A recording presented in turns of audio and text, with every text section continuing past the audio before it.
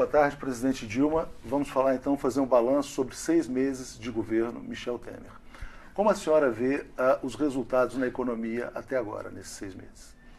Primeiro, boa tarde a todos e boa tarde a todas essas pessoas de bem que acessam o 247. Eu, por exemplo, me informo muito no 247, porque você tem acesso a um outro tipo de informação crítica. Bom, nesses 6 meses, o que eu acho que ficou claro, em primeiro lugar, foi que venderam gato por lebre. Qual é a venda que eu acho falsa que fizeram? Primeiro, desconsideraram que tinham criado as condições para que o Brasil entrasse num processo de crise econômica e política. Ok. E prometeram que assim que o impeachment se consolidasse, ou seja, fosse afastada, né, eles teriam condições de criar uma ponte para o futuro. Volta da confiança, melhores expectativas. Isso mesmo. Hoje, lendo o Valor Econômico, a manchete diz o seguinte, quer dizer, que as vendas do setor privado no terceiro trimestre caíram 10%. Ou seja, essa confiança não voltou, os investimentos não voltaram. E por que isso aconteceu na sua avaliação? Porque os fatores que levaram à crise, ao invés de serem contidos, foram acentuados. Vou te dar um exemplo. A crise, ela não decorre, basicamente, do aumento do gasto público. Ela decorre da queda acentuada das receitas e, portanto, da redução da capacidade do Estado de investir. Ora, o investimento público, ele tem de ser um sustentáculo da economia quando o investimento privado colapsa. O investimento privado, nós fizemos um esforço enorme para garantir que, a partir da crise de 2008, 2009, o investimento privado se mantivesse. Isso aconteceu nas concessões, nos aeroportos? Não, mas, querido, nós reduzimos os juros violentamente, assegurando taxas de juros adequadas para fazer financiamento de longo prazo, porque ninguém investe com taxa de juros de 14%. Nós reduzimos impostos. Nós tomamos uma série de medidas para permitir que houvesse um aumento da taxa de atratividade.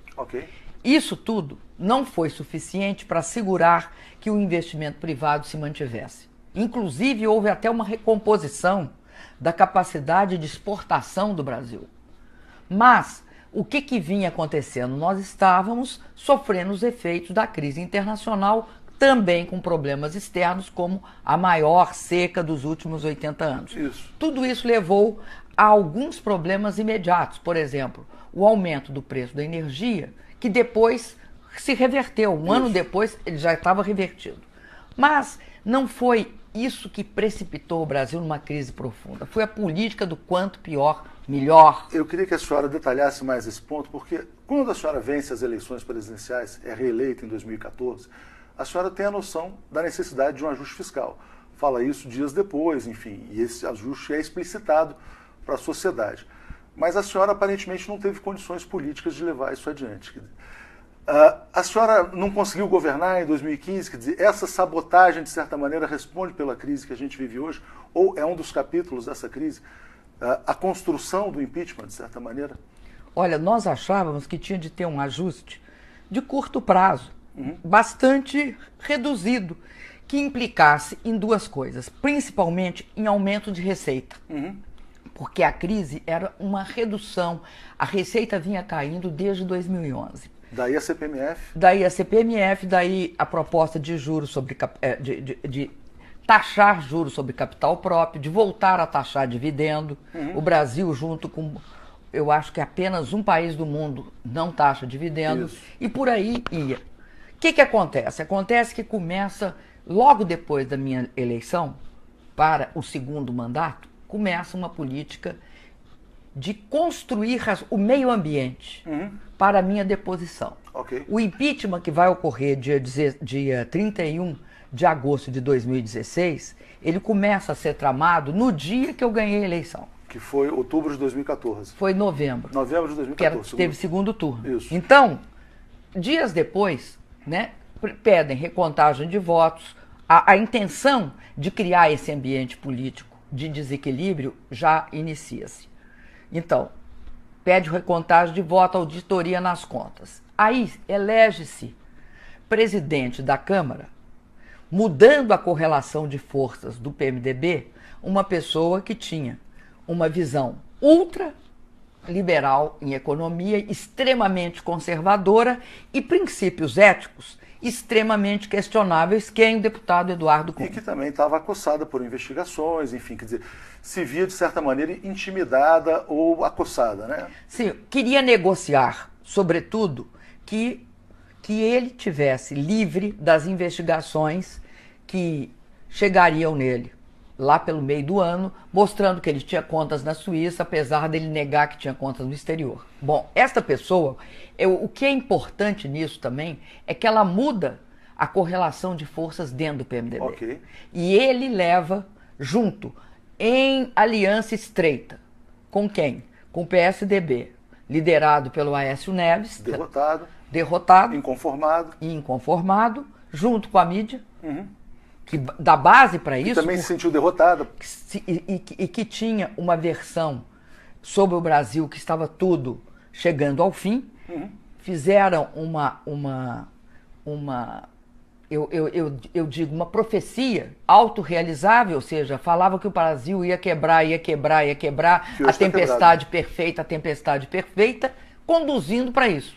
Uhum. E começam a inviabilizar o meu governo, através da política que ficou conhecida pela mídia como pálpita bomba de um lado, e nós chamávamos da política do quanto pior, melhor. Que consistiu em elevar o gasto quando se tratava, naquele momento, de fazer ampliação da receita. E mesmo com ministros como Joaquim Levy, que era bem visto bem no mercado, quer dizer, ele não foi o suficiente para estancar esse tipo de movimento.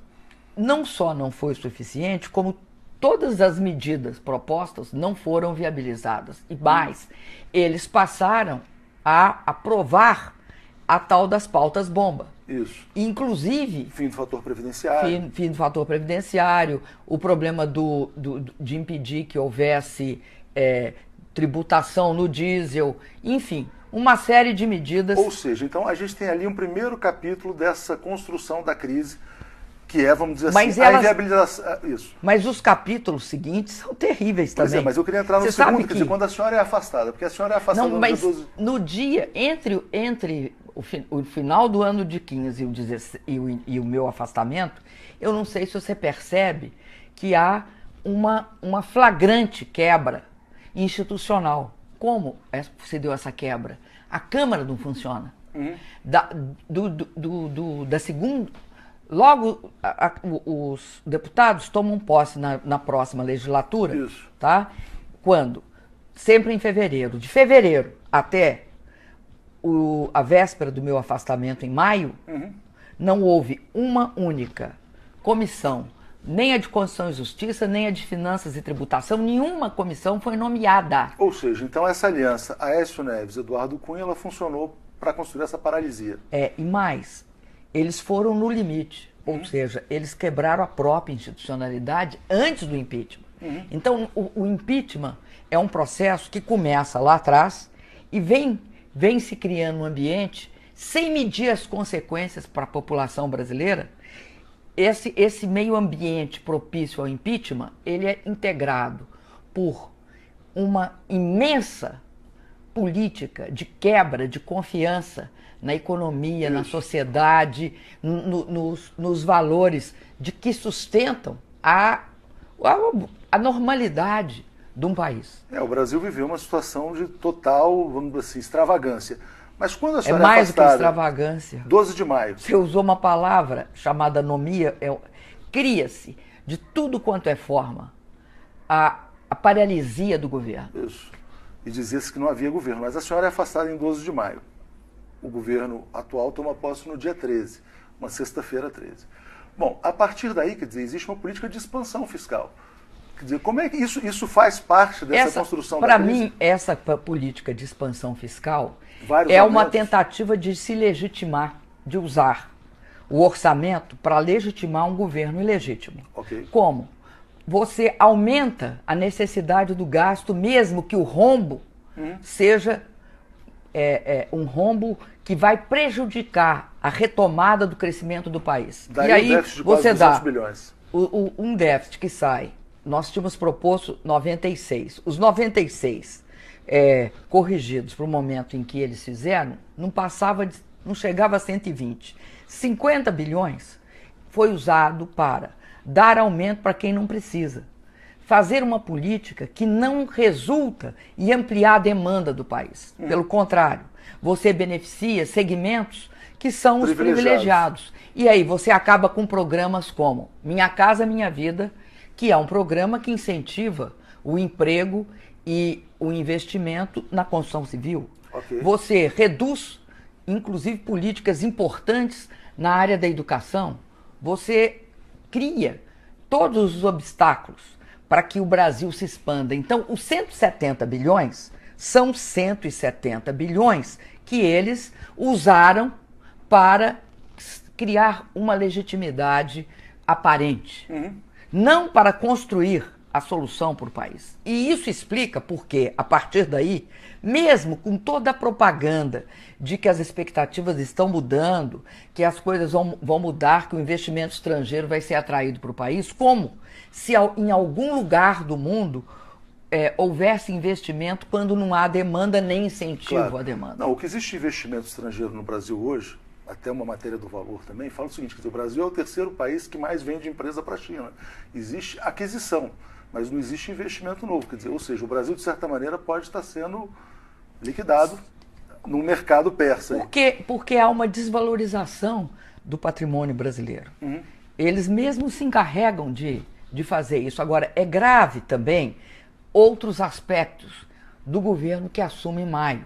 Por exemplo, fim do Ministério da Cultura.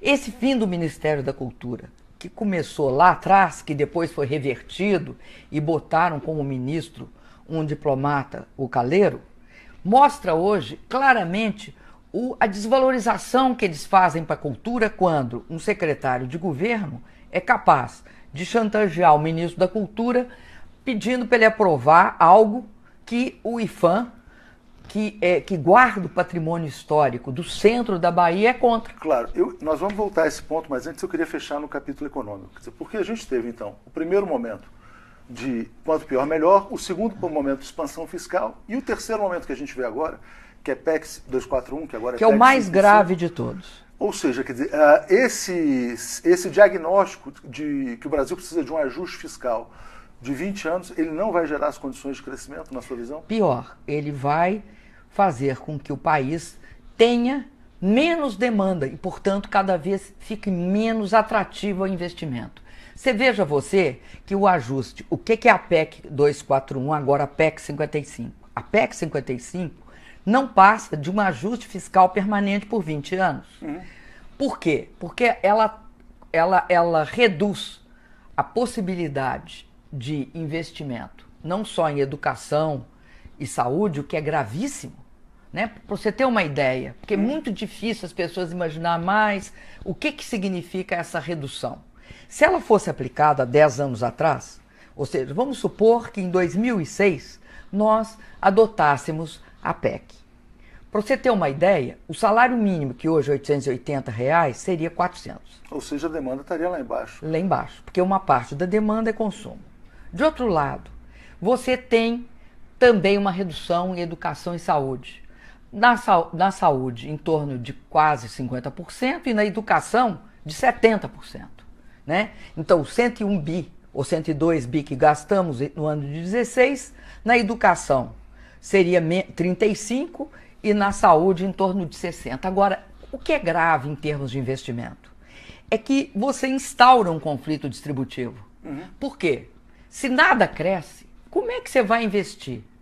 E aí, isso que explica que eles já começaram a acabar com todas as políticas de investimento que o governo tinha.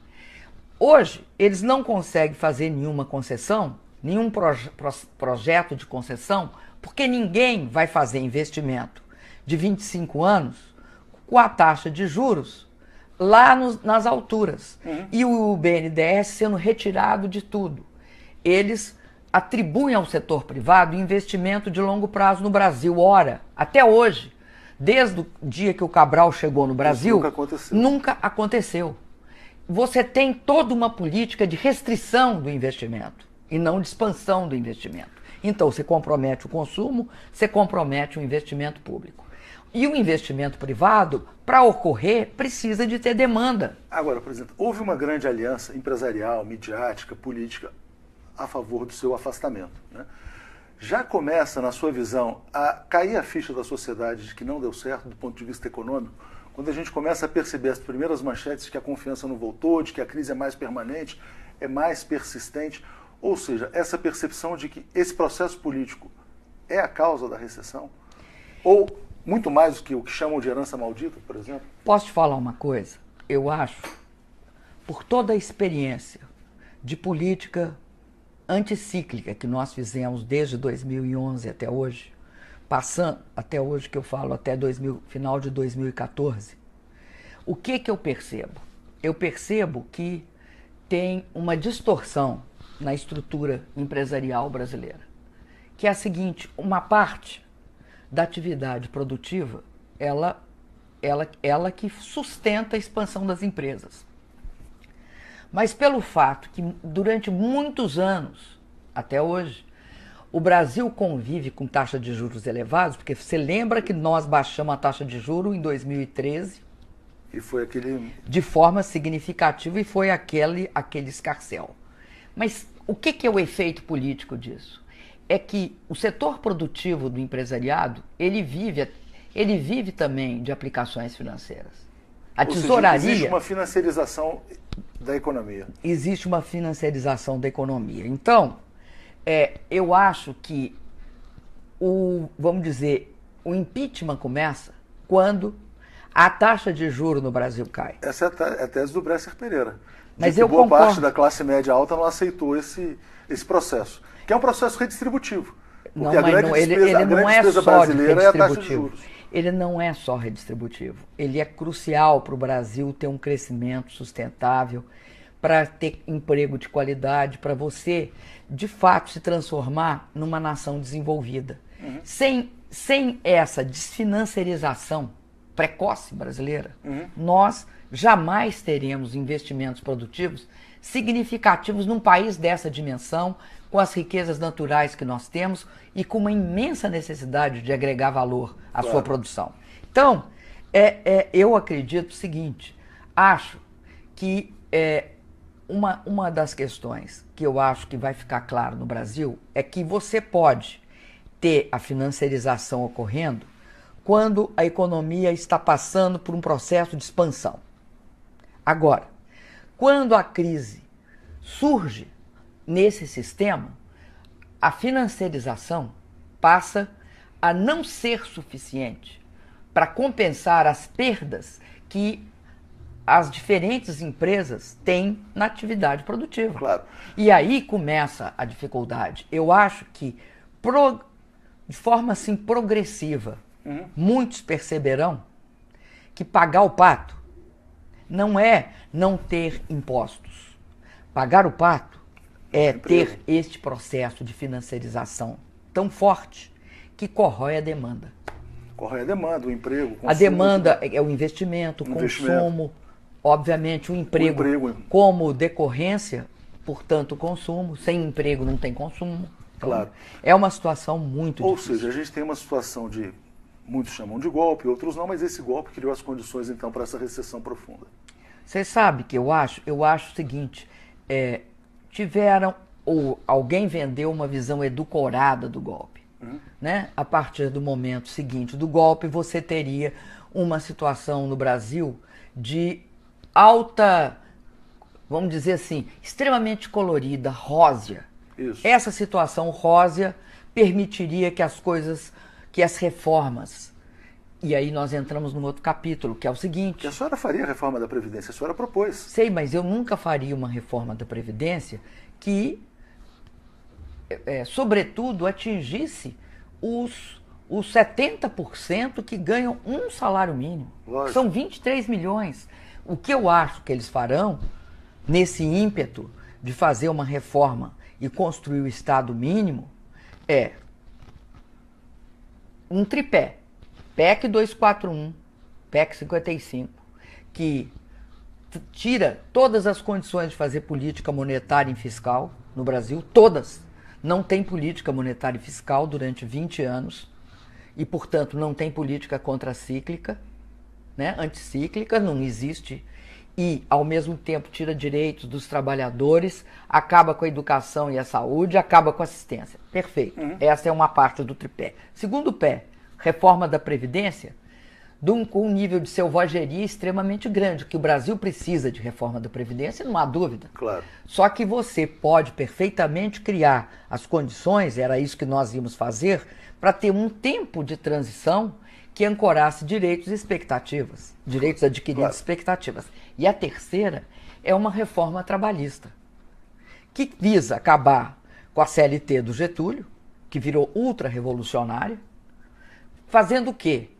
Flexibilizando. O que é flexibilizar? Flexibilizar é o seguinte, aumentar a margem de lucro. Porque até hoje, nenhum país do mundo investiu porque flexibilizou a jornada de trabalho. Não foi por isso que eles investiram. Investiu porque tinha perspectiva de crescimento. De crescimento. Claro. Mas o seu vice-presidente, hoje presidente, recentemente falou, olha, não dá para esperar que a economia, que em 2 meses a gente resolva os problemas da economia. Ele falou isso, quer dizer, quando já estava no poder há 6 meses.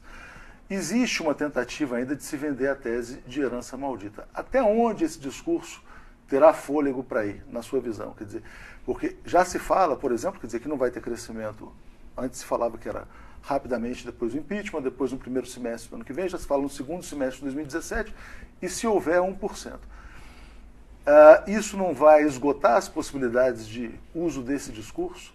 Vamos dizer assim. Eu acho que vai esgotar integralmente pelo seguinte, se você fizer um paralelo mínimo com o que está ocorrendo no mundo, você verá que esse tipo de política, que na Europa chama austeridade, nos Estados Unidos, que eles são mais pragmáticos, foi até menos intensa, mas muito concentrada nos interesses dos bancos, ou seja, eles deixaram o pessoal perder moradia, perder casa, e deram subsídio para os bancos e fizeram a política de expansão monetária, o chamado quantitative easing. Bom, se você olhar quais são as consequências disso, você vai ver o seguinte, são crescimentos pífios. Tem até uma senhora que é editora do Time, que escreveu um livro chamado Makers and Takers, que ela mostra que dos 100% de recursos financeiros que correm mundo afora, principalmente nos Estados Unidos, em torno de 85% é empregado em ativos que já existem. Não vira receita, aliás, não vira nova riqueza, não produz investimento, não produz emprego, não produz novo consumo. Só 15% é que produz isso. Isso explica que o crescimento é bastante anêmico nesses países. Você tem um crescimento muito pequeno. Isto ocorre nos Estados Unidos, que é mais pragmático. Na Europa, vivem sistematicamente em crise. Só um ou 2 países crescem na Europa. O resto se arrasta. Então, o que eu quero dizer com isso é o seguinte, aqui estão entrando no neoliberalismo tardio, porque a PEC 241 é para completar o serviço que não foi feito na época do Fernando Henrique. O que ela faz? Ela utiliza o orçamento público basicamente para pagar juro. A única variável que está livre é juro. O resto está tudo engessado. Como se a sociedade fosse passiva, como se fosse um grande rebanho. Não, por 20 anos. Por 20 anos. Não é por 5 meses. Claro. Não é por 1 ano. Não é por 2. É por 20. Que eu saiba, fez isso, o único país que fez isso é o Japão. E olha que o Japão não tem uma população ampliando e viveu até agora numa situação de estagnação. Claro, e tem igualdade, né? E tem uma distribuição de renda muito mais elevada, bem mais elevada do que a nossa. Então, você tem uma situação, eu acho que de grave conflito no futuro. Mas o que nós estamos construindo é as condições de grave... E não é possível ficar falando depois de 6 meses, em herança maldita, depois de 1 ano, em herança maldita. Esse discurso, ele não se criará mais. Claro. Então vamos dar nome aos bois aqui. Vamos falar o seguinte, quer dizer, 2015, o ano em que a senhora não conseguiu governar, a economia caiu 5%, resultado desastroso. 2016, onde a senhora só foi até maio, mas também sem condições de governar, 3,5%. 2017 se cresceu 1%. Qual que é o papel, na sua visão, do candidato derrotado, Aécio Neves, nesse processo? Dessa tragédia econômica, enfim, a responsabilidade que a senhora atribui a ele, por isso. Você sabe o que eu acho estarrecedor? Quando houve a eleição do Trump, perguntaram para o José Serra o que ele achava do respeito à eleição. Ele fala que a vantagem da eleição americana é demonstrar que você respeita o resultado eleitoral de voto direto, secreto, num pleito público e notoriamente... Onde ela teve 1,5 milhão de votos a mais do que o vencedor. A mais. No caso do Brasil, eu acho que o golpismo é algo que é entranhado na elite brasileira. E acho que o representante mais puro disso é o senador Aécio Neves. Ele teve uma atitude de absoluto desrespeito pelos 104 milhões de brasileiros que participaram da eleição em 2014. Quando você tem esse tipo de atitude, você entende por que no Brasil nós estamos vivendo uma situação muito, muito perigosa do ponto de vista da democracia. Tão perigosa que você hoje vê pessoas autorizadas por esse clima construído pelo senhor Aécio Neves a invadir o Congresso e a propor a volta do regime militar, claro, e a intervenção militar. Ele imaginava que iria usufruir os benefícios de uma eventual mudança de regime, talvez como Carlos Lacerda, em 64, e que teve um final desastroso, né? Como é que a senhora avalia hoje a situação de, por exemplo, ele não é a figura mais forte nem no partido, internamente, não é colocado mais como um presidenciável efetivo. Do ponto de vista das investigações também, muito se fala de que se aproxima dele.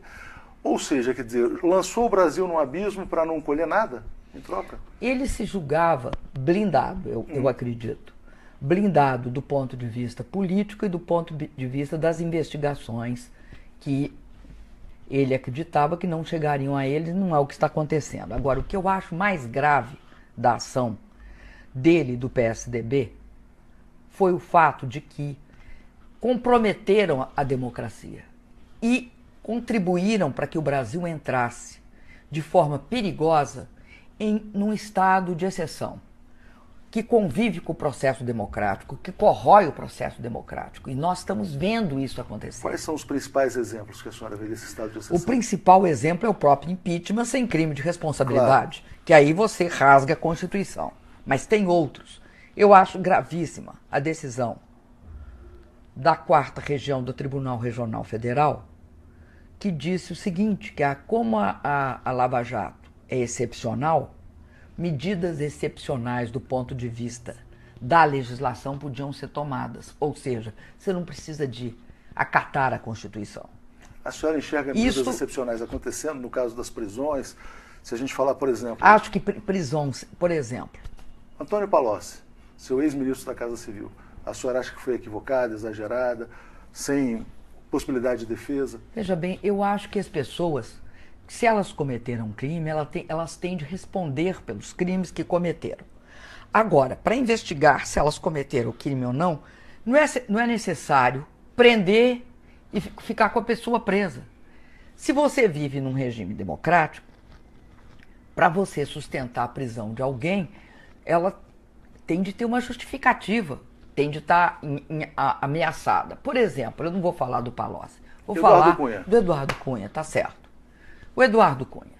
Se era para prender o Eduardo Cunha, por que não prenderam quando todas as denúncias pelas quais ele foi preso, elas existiam antes? Talvez porque ele tivesse uma utilidade para o processo político. Eu acho que isso mostra um casuísmo que é absolutamente...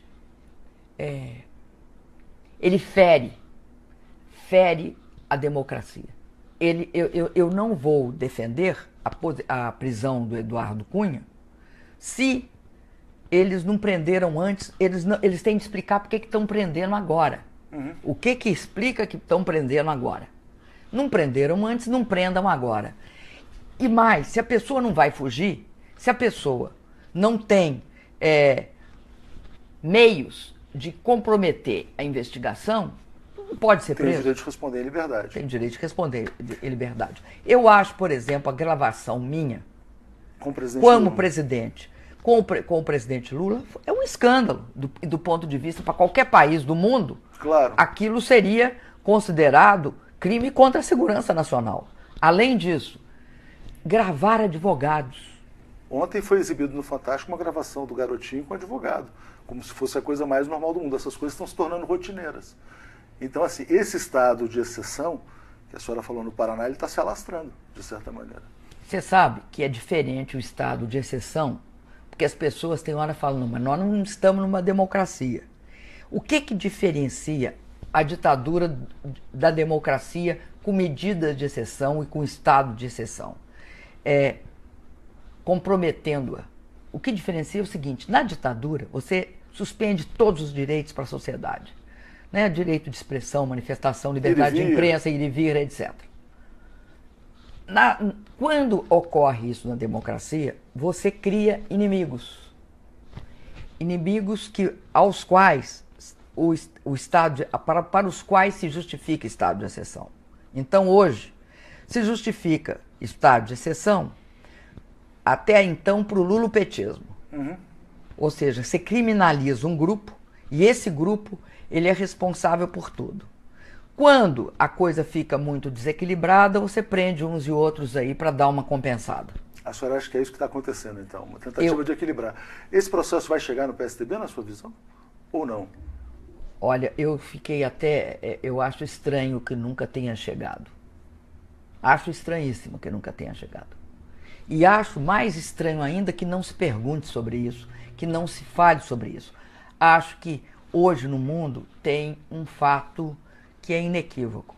Há uma visão bastante crítica sobre a mídia brasileira, sobre a sua parcialidade, sobre seu viés, sobre a capacidade da mídia brasileira de criar situações absolutamente falsas e vendê-las como verdadeiras. Não, isso, inclusive, existe até um movimento recente da mídia brasileira de ir contra grupos internacionais. BBC, Intercept, enfim. Outros que querem se estabelecer no Brasil alegando a questão de controle nacional. É um anacronismo na sua visão? Então, porque hoje você tem uma tentativa de reserva de mercado desses grupos? Eu sou absolutamente contra essa reserva de mercado. Porque não é uma reserva de mercado, é uma reserva de poder político. Isso. É diferente. A reserva de poder político, porque a mídia se baseia da existência de não há contraditório. E é esse não contraditório que dá a certos grupos econômicos controlados por poucas famílias um poder político bastante elevado. Talvez hoje no Brasil você tenha a mídia como um poder, um partido político de fato. Né? E é interessante porque pregam a despolitização. Claro. Mas por que pregam a despolitização? Porque agem com o partido político. Entendo. A senhora falou de um personagem, eu queria colocar um outro personagem em discussão que participou de um seminário no fim de semana, Gilmar Mendes, e disse que ficou com uma dupla felicidade pelo seu impeachment. Como que a senhora avalia a conduta dele, a participação dele neste processo? Porque a senhora também mencionou a nomeação do Lula, que foi cancelada, como ministro, ele teve um papel nisso. De que maneira ele interferiu neste processo? Eu acho que ele não pode. Ele perdeu todas as condições de me julgar. Ele não pode se manifestar. Nenhum juiz de Suprema Corte, de primeira instância, segunda e mais ainda de Suprema Corte, pode se manifestar fora dos autos sobre alguém que porventura possa julgar. Como presidente do TSE, do Tribunal Superior Eleitoral, ele pode me julgar e ele não tem as menores condições de me julgar. Porque ele não pode. A senhora vai arguir a suspeição dele no julgamento? Eu estou avaliando, bem avaliado esse fato. Ou seja, isso pode vir a acontecer? Pode. Até porque ele deu margem em todas as circunstâncias para isso. Perfeito. O que ele já me julgou fora dos autos não tem explicação. E agiu também, né? Mais do que julgar, também tomou algumas decisões. Tem tomado. Tem tomado. Mas... Não, e tem se expressado de uma forma que não é compatível com a atitude de um juiz. Perfeito. Então vamos falar do caso da semana? Porque, ou bem, nós vivemos numa democracia, e numa democracia, uma das coisas que mais tem de ser preservadas e que constitui cláusulas pétreas da democracia é o direito de defesa. E um dos direitos fundamentais, o direito de ser julgado com isenção. Porque senão nós vamos voltar para a República Velha. Como é que era na República Velha, no Brasil? Eu tinha um inimigo político, eu o condeno. Tenho um amigo político, eu o absolvo. Eu absolvo e defendo o meu amigo político. E condeno o meu inimigo. Essa volta à República Velha, no Brasil, do século XXI, no início do século XXI, é inadmissível. Porque quando um juiz apeia da sua condição de juiz, qual é a condição de juiz? Um julgador, claro. Uma pessoa nobre que tem de ser imparcial, que vai pesar com os olhos vedados, com imparcialidade. Então, nesse caso, é um caso gravíssimo, porque fere a Constituição, fere a democracia. E isso é compreendido no mundo inteiro, porque essa é uma condição absolutamente primeira. Sobre essa questão que a senhora mencionou, quer dizer, de seletividade da justiça, de estado de exceção, para uns é de um jeito, para outros é de outro, como é que a senhora comenta o caso do Otávio Azevedo, quer dizer, que falou que deu 1 milhão para sua campanha como propina, e quando se descobriu que esse 1 milhão era para o hoje presidente Michel Temer, ele disse que não é propina, é uma doação legal. Como entender esse fato? Esse fato coloca duas coisas em questão. Primeiro, coloca o papel do delator. O delator premiado. Aquele que no Brasil, e de forma assim, absurda, se transforma numa pessoa que pode condenar A, B ou C ou D. E inocentar C, D, E, F, G. E D, E, F, G.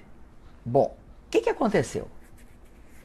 Ninguém perguntou para ele, nós jamais perguntamos para ele se ele tinha contribuído para propina ou nada. Ele foi depor. Primeiro, a gente tem de entender que ele foi chamado a depor. Uhum.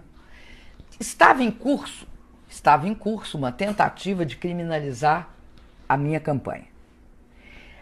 Como não tinha ninguém dito que eu tinha recebido recurso de propina na minha campanha, ele foi levado a depor. E nesta condição, ele disse que a minha campanha tinha recebido recurso de propina, que nas outras campanhas não tinha sido isso, que a minha tinha recebido. E que era R$1 milhão que tinha sido depositado para o partido, para a campanha, para o PT, e que o PT tinha passado para a minha campanha.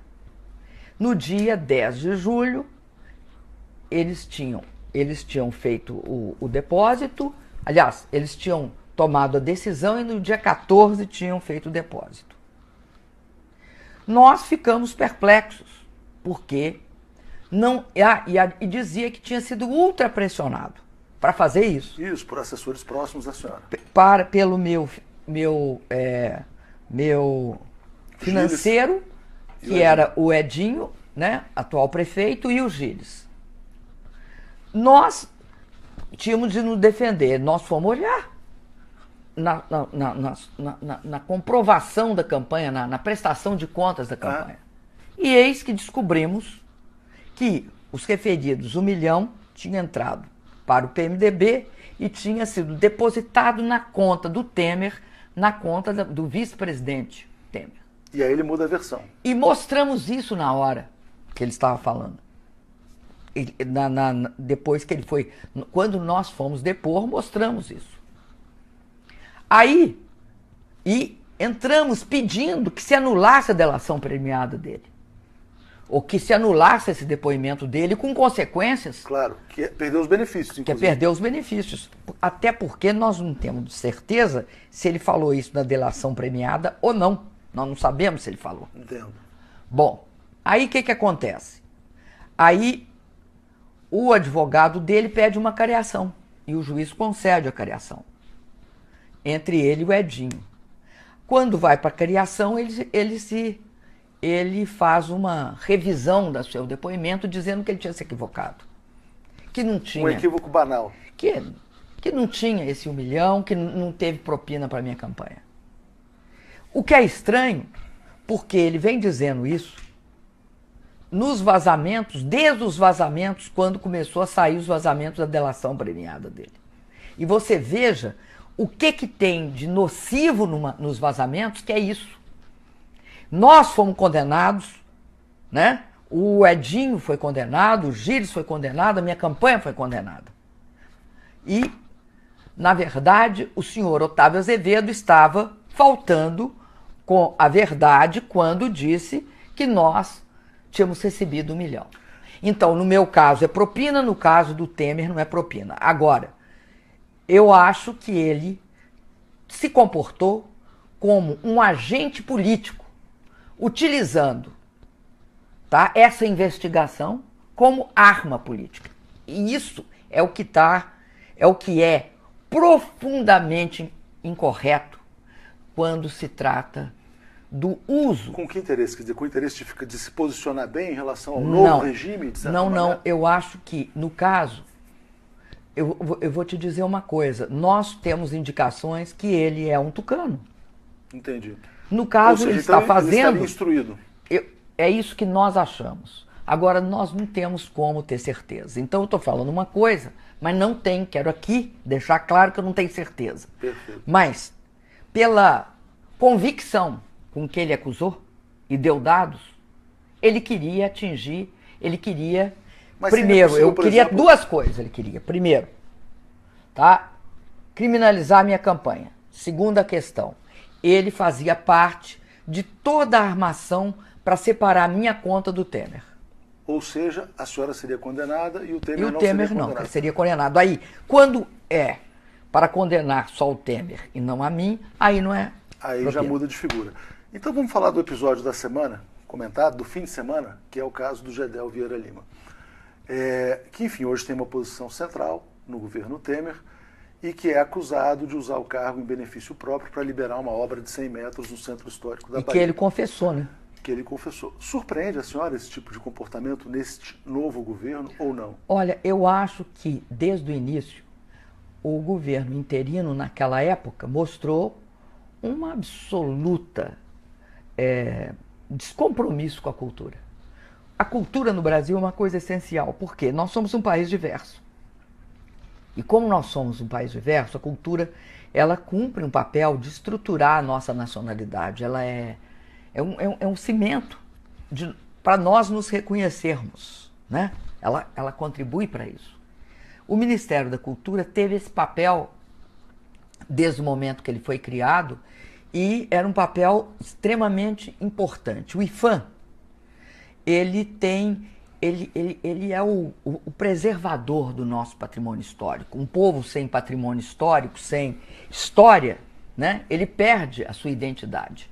Então, inclusive nós fizemos o PAC das cidades históricas, isso. O IPHAN foi estratégico nisso, ele foi extremamente valorizado como um dos elementos para estruturar uma política de cultura. Sabe-se agora que uma das primeiras medidas do governo foi tentar criar uma secretaria de patrimônio. Para tirar do IPHAN. Para tirar do IPHAN. Tirar do IPHAN.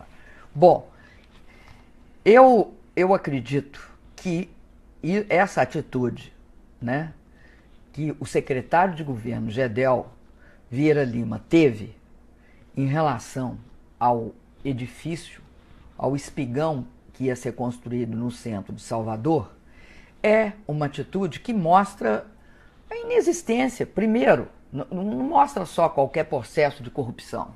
Mostra corrupção... A senhora está falando pelo aspecto da cultura, eu queria perguntar pelo aspecto moral. Eu sei, mostra isso também. Beneficiar. ou para beneficiar terceiros.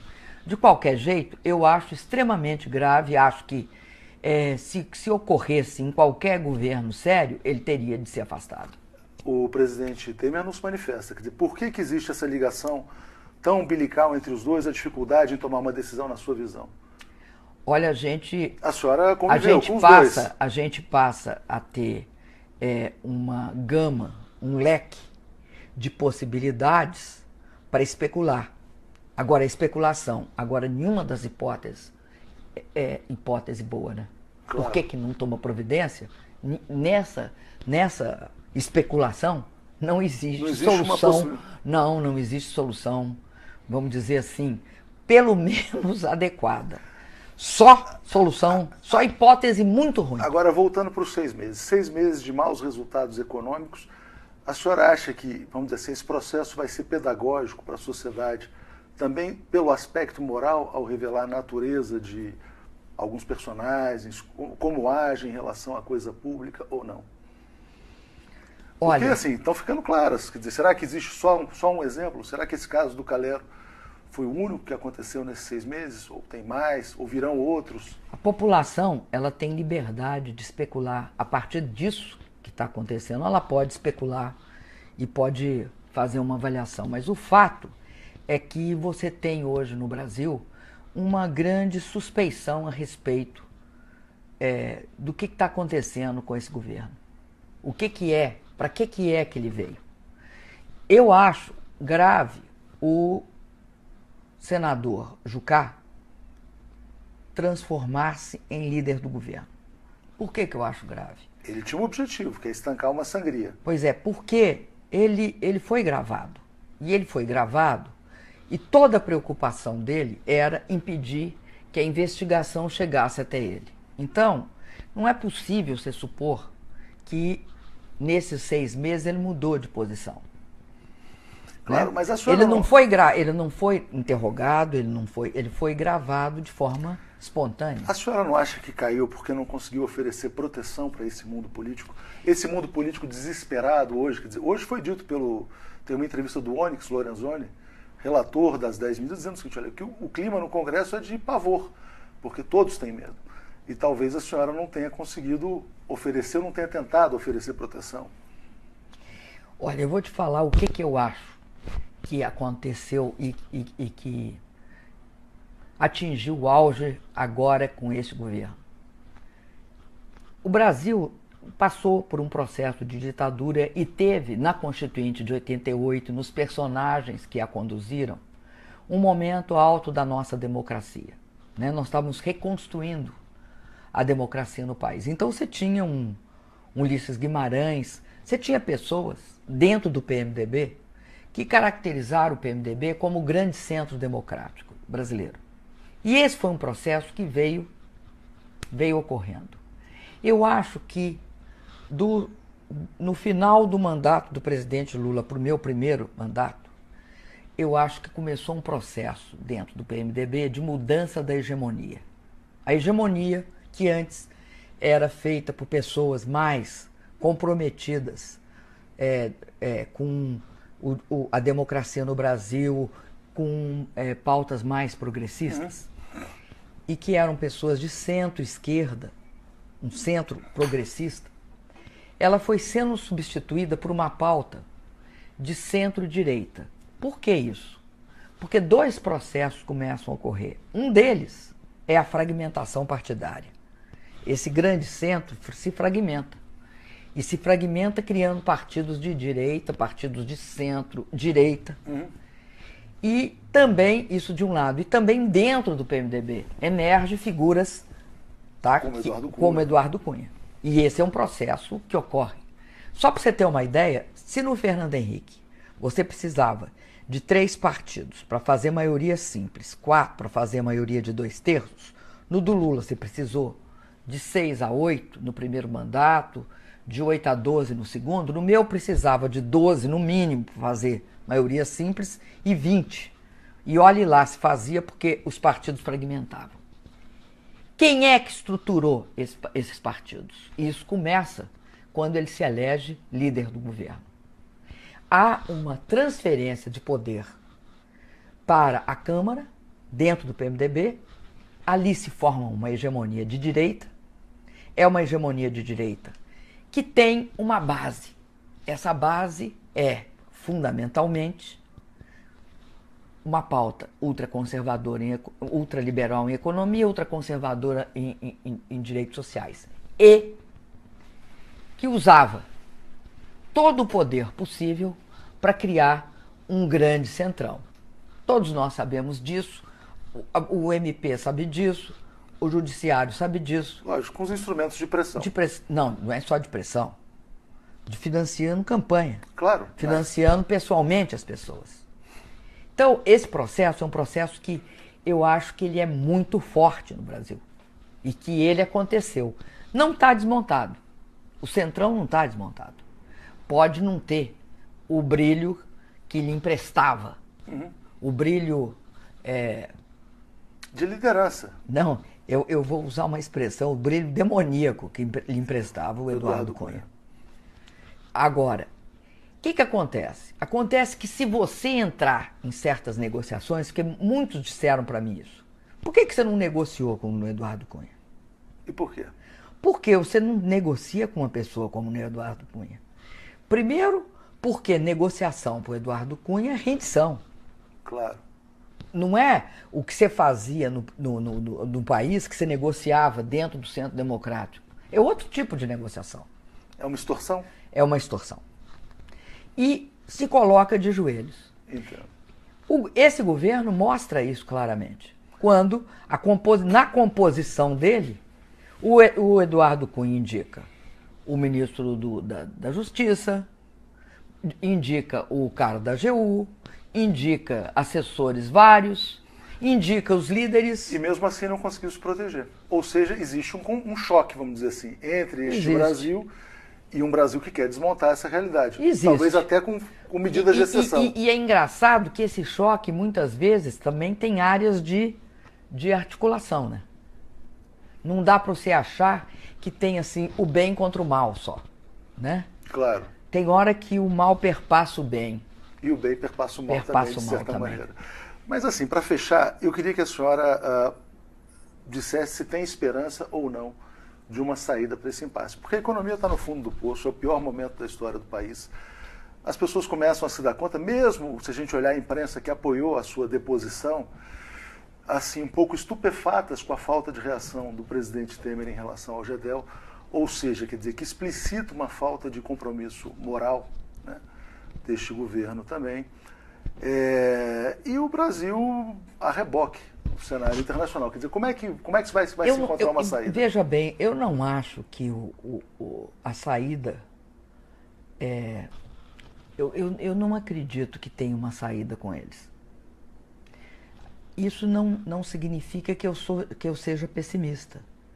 Eu acho que o Brasil tem força suficiente para construir novos caminhos.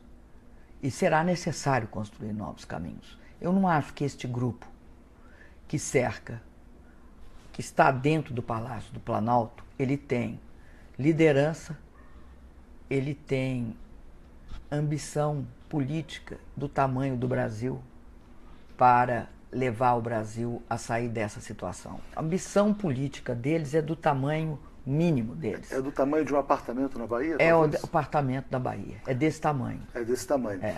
E a senhora acha que eles chegam até 2018? A sua avaliação? A minha avaliação é que a gente não pode... eu não defendo golpe no golpe, dentro do golpe. Não acho que... eu não defendo o tipo de política do quanto pior, melhor, feito pelo senhor Aécio Neves. Não é possível alguém achar que dá certo isso. Se tem gente plantando, porque a partir de 17 passa a ser eleição indireta.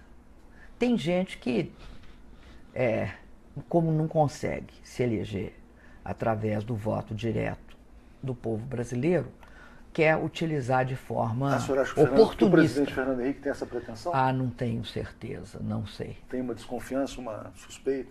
Achei estranho a fala do Chico Graziano. De lançá-lo. Muito estranho.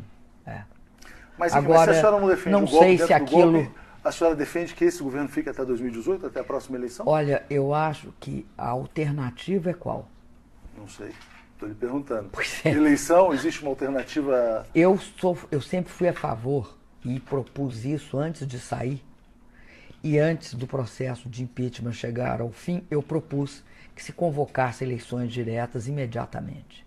Eu sou a favor disso. Acho que só a eleição direta pode curar, sabe, as feridas políticas e essa mancha que é o estado de exceção crescendo para cima da democracia no Brasil.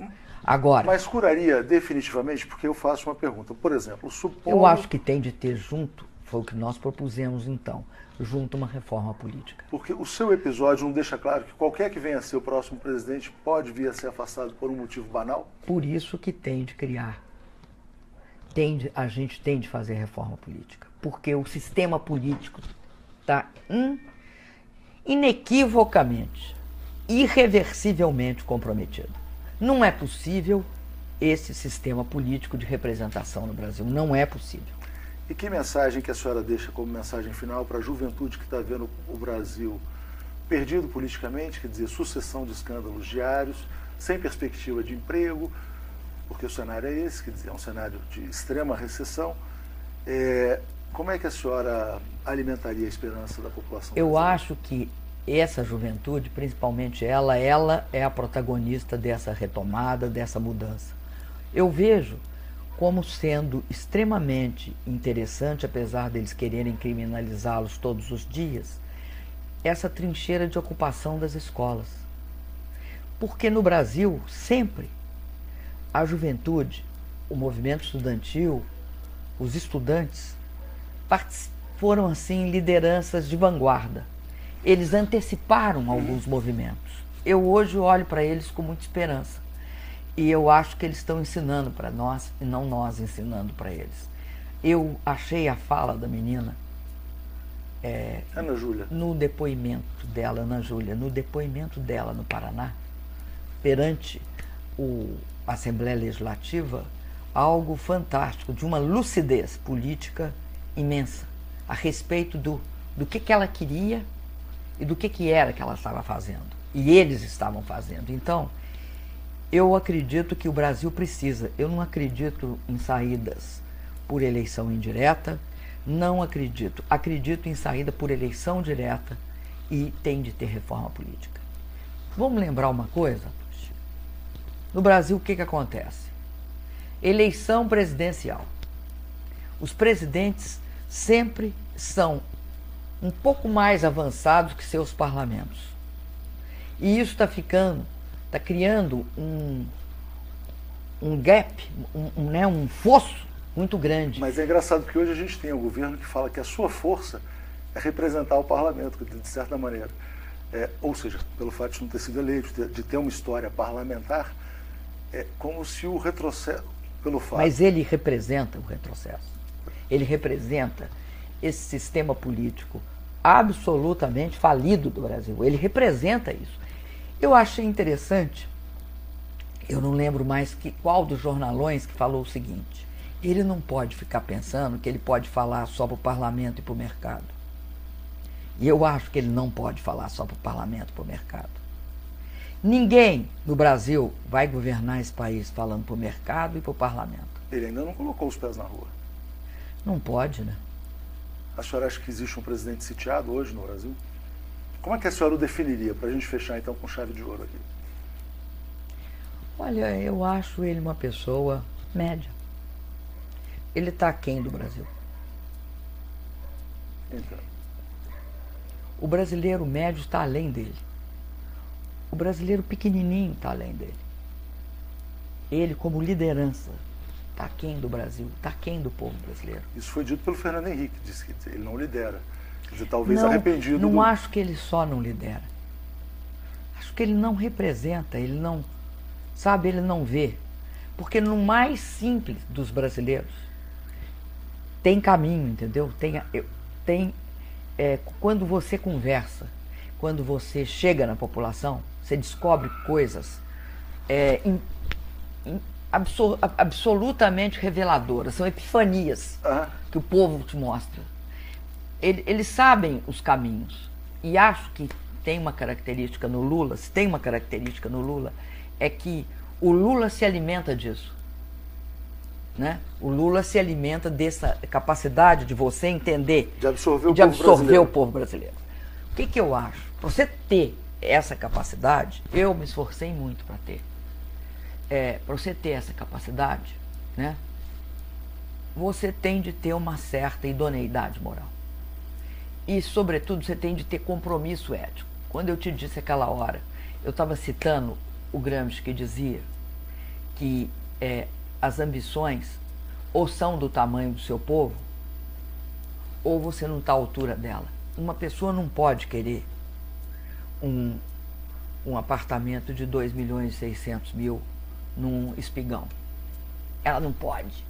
Claro. É para além da questão moral, é uma questão política. Quantos metros quadrados tem seu apartamento aqui? O meu? Eu não sei. Não, mas eu aproximadamente acho que... uns 80, 90? Não, 70, ele é maiorzinho, 100, que é isso? Opa! Eu acho que ele tem uns 100 e pouco, 170, 180. Porque Porque aquela área ali é grande, né? Entendo. E a senhora está feliz? Aqui? Aqui. Perfeitamente. Eu tenho livros, como você pode, tem CDs. É óbvio que eu ainda não consegui trazer os meus livros todos para cá, uma parte ficou no Rio. Não tem apego ao poder, saudades de Brasília? Olha, eu acho o Alvorada muito bonito, acho as emas maravilhosas, eu acho sem dúvida o Alvorada lindo, tá? Acho que, sabe, todos os chefes de estados que ali chegaram ficaram sempre admirados, porque eu acho que retrata o poder num país... No momento em que o Brasil teve ambição. E retrata isso, retrata a força desse país. Mesmo que o governo não tenha ambição, o povo tem. Mas eu não acho que a gente tem de ficar atendo. Eu não me atenho àquilo, eu tenho de virar a página e viver a minha vida. Então, acho muito bonito, etc. Mas eu estou vivendo aqui em Porto Alegre. Pedalando. E apesar deles adorarem fazer piadas com esse pedal, eles têm evitado, porque eu acredito que os ciclistas não gostam muito de ver as suas pedaladas sendo confundidas com uma fraude de pedalada fiscal, que eu não cometi. Perfeito, muito obrigado. Boa tarde, presidente Dilma. Vamos falar então, fazer um balanço sobre 6 meses de governo Michel Temer. Como a senhora vê os resultados na economia até agora, nesses 6 meses? Primeiro, boa tarde a todos e boa tarde a todas essas pessoas de bem que acessam o 247. Eu, por exemplo, me informo muito no 247, porque você tem acesso a um outro tipo de informação crítica. Bom, nesses 6 meses, o que eu acho que ficou claro, em primeiro lugar, foi que venderam gato por lebre. Uhum. Qual é a venda que eu acho falsa que fizeram? Primeiro, desconsideraram que tinham criado as condições para que o Brasil entrasse num processo de crise econômica e política. Ok. E prometeram que assim que o impeachment se consolidasse, ou seja, eu fosse afastada, né, eles teriam condições de criar uma ponte para o futuro. Volta da confiança, melhores expectativas. Isso mesmo. Hoje, lendo o Valor Econômico, a manchete diz o seguinte, quer dizer, que as vendas do setor privado no terceiro trimestre caíram 10%. Ou seja, essa confiança não voltou, os investimentos não voltaram. E por que isso aconteceu na sua avaliação? Porque os fatores que levaram à crise, ao invés de serem contidos, foram acentuados. Vou te dar um exemplo. A crise, ela não decorre, basicamente, do aumento do gasto público. Uhum. Ela decorre da queda acentuada das receitas e, portanto, da redução da capacidade do Estado de investir. Okay. Ora, o investimento público, ele tem de ser um sustentáculo da economia quando o investimento privado colapsa. O investimento privado, nós fizemos um esforço enorme para garantir que, a partir da crise de 2008, 2009, o investimento privado se mantivesse. Isso aconteceu nas concessões, nos aeroportos? Não, mas, querido, nós reduzimos os juros violentamente, assegurando taxas de juros adequadas para fazer financiamento de longo prazo, porque ninguém investe com taxa de juros de 14%. Nós reduzimos impostos. Nós tomamos uma série de medidas para permitir que houvesse um aumento da taxa de atratividade. Okay. Isso tudo não foi suficiente para assegurar que o investimento privado se mantivesse. Inclusive, houve até uma recomposição da capacidade de exportação do Brasil. Mas o que vinha acontecendo? Nós estávamos sofrendo os efeitos da crise internacional, também com problemas externos, como a maior seca dos últimos 80 anos. Isso. Tudo isso levou a alguns problemas imediatos. Por exemplo, o aumento do preço da energia, que depois se reverteu. Um ano depois, ele já estava revertido. Mas não foi isso que precipitou o Brasil numa crise profunda. Foi a política do quanto pior, melhor. Eu queria que a senhora detalhasse mais esse ponto, porque quando a senhora vence as eleições presidenciais, é reeleita em 2014, a senhora tem a noção da necessidade de um ajuste fiscal. Fala isso dias depois, enfim, e esse ajuste é explicitado para a sociedade. Mas a senhora aparentemente não teve condições políticas de levar isso adiante.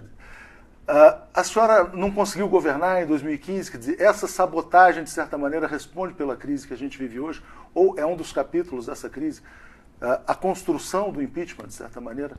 Olha, nós achávamos que tinha de ter um ajuste de curto prazo, bastante reduzido, que implicasse em duas coisas, principalmente em aumento de receita.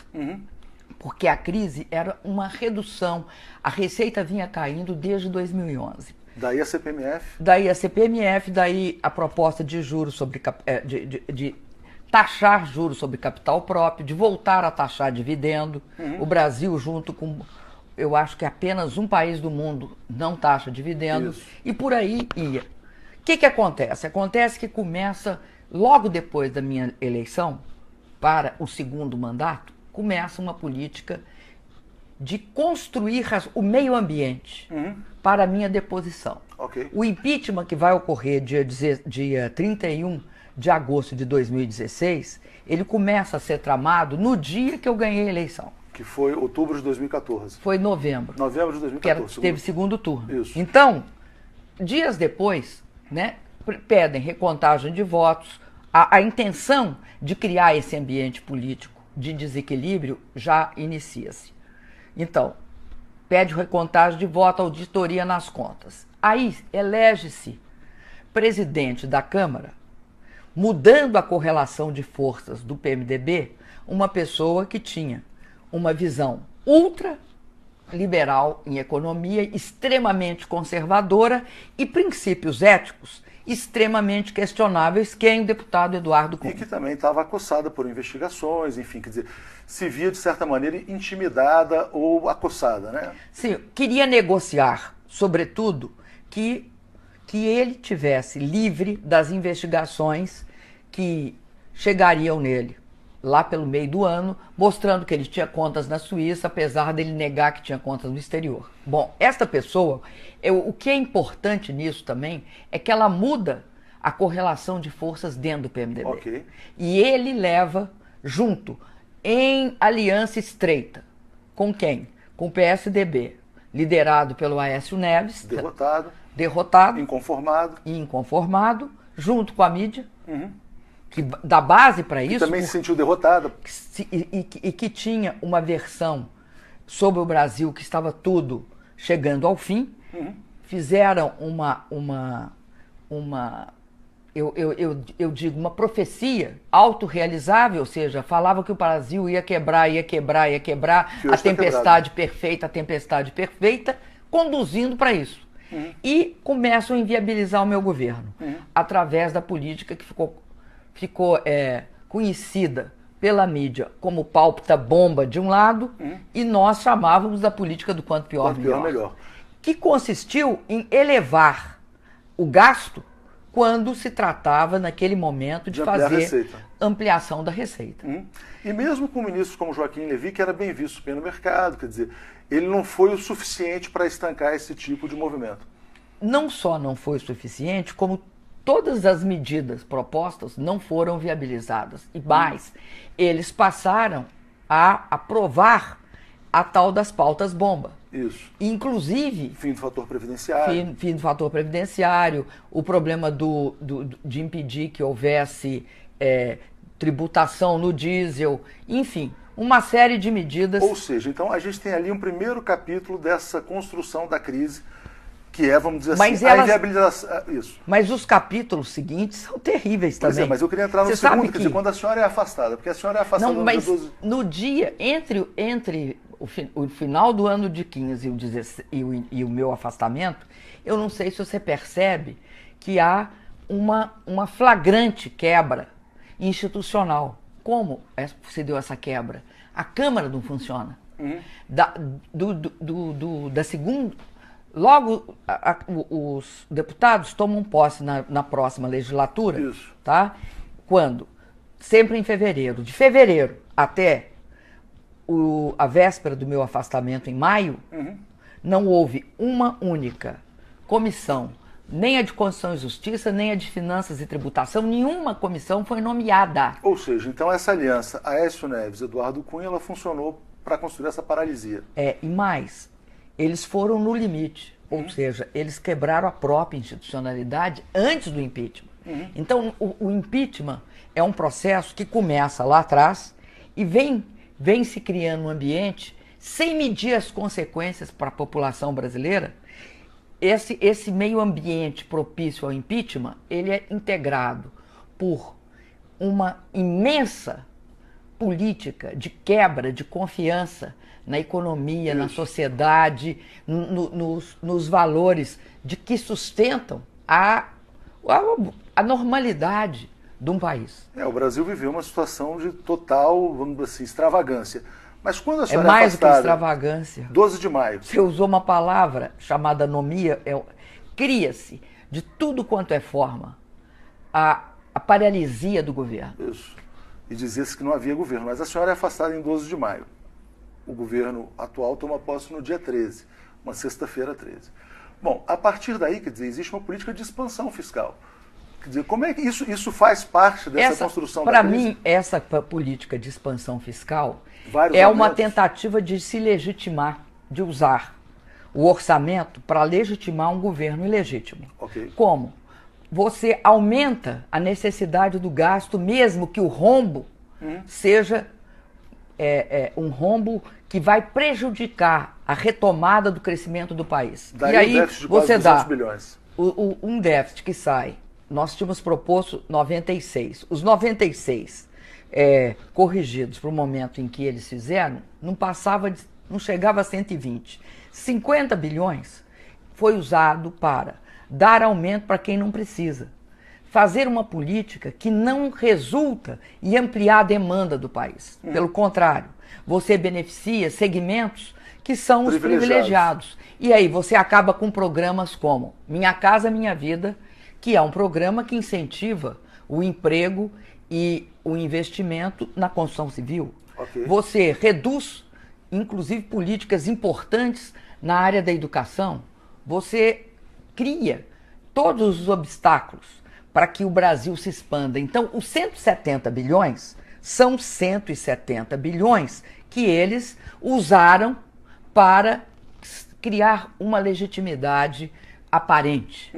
Não para construir a solução para o país. E isso explica porque, a partir daí, mesmo com toda a propaganda de que as expectativas estão mudando, que as coisas vão mudar, que o investimento estrangeiro vai ser atraído para o país, como do Time, que escreveu um livro chamado Makers and Takers, que ela mostra que dos 100% de recursos financeiros que correm mundo afora, principalmente nos Estados Unidos, em torno de 85% é empregado em ativos que já existem. Não vira receita aliás, não vira nova riqueza, não produz investimento, não produz emprego, não produz novo consumo. Só 15% é que produz isso. Isso explica que o crescimento é bastante anêmico nesses países. Você tem um crescimento muito pequeno. Isto ocorre nos Estados Unidos, que é mais pragmático. Na Europa, vivem sistematicamente em crise. Só um ou dois países crescem na Europa. O resto se arrasta. Então, o que eu quero dizer com isso é o seguinte: aqui estão entrando no neoliberalismo tardio, porque a PEC 241 é para completar o serviço que não foi feito na época do Fernando Henrique. O que ela faz? Ela utiliza o orçamento público basicamente para pagar juro. A única variável que está livre é juro. O resto está tudo engessado. Como se a sociedade fosse passiva, como se fosse um grande rebanho. Não, por 20 anos. Por 20 anos. Não é por 5 meses. Claro. Não é por um ano. Não é por 2. É por 20. Que eu saiba, fez isso, o único país que fez isso é o Japão.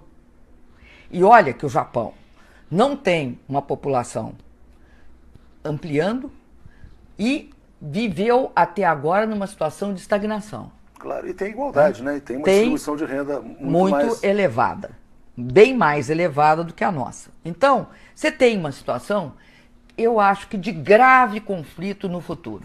Mas o que nós estamos construindo é as condições de grave... E não é possível ficar falando, depois de 6 meses, em herança maldita, depois de um ano em herança maldita. Esse discurso, ele não se criará mais. Claro, então vamos dar nome aos bois aqui. Vamos falar o seguinte, quer dizer, 2015, um ano em que a senhora não conseguiu governar. A economia caiu 5%, resultado desastroso. 2016, onde a senhora só foi até maio, mas também sem condições de governar, 3,5%. 2017 se cresceu 1%. Qual que é o papel, na sua visão, do candidato derrotado, Aécio Neves, nesse processo? Dessa tragédia econômica, enfim, a responsabilidade que a senhora atribui a ele. Por isso. Você sabe o que eu acho estarrecedor? É quando houve a eleição do Trump, perguntaram para o José Serra o que ele achava do respeito à eleição. Ele fala que a vantagem da eleição americana é demonstrar que você respeita o resultado eleitoral de voto direto, secreto, num pleito público e notoriamente... Onde ela teve 1,5 milhão de votos a mais do que o vencedor. A mais. No caso do Brasil, eu acho que o golpismo é algo que é entranhado na elite brasileira. E acho que o representante mais puro disso é o senador Aécio Neves. Ele teve uma atitude de absoluto desrespeito pelos 104 milhões de brasileiros que participaram da eleição em 2014. Quando você tem esse tipo de atitude, você entende por que no Brasil nós estamos vivendo uma situação muito perigosa do ponto de vista da democracia.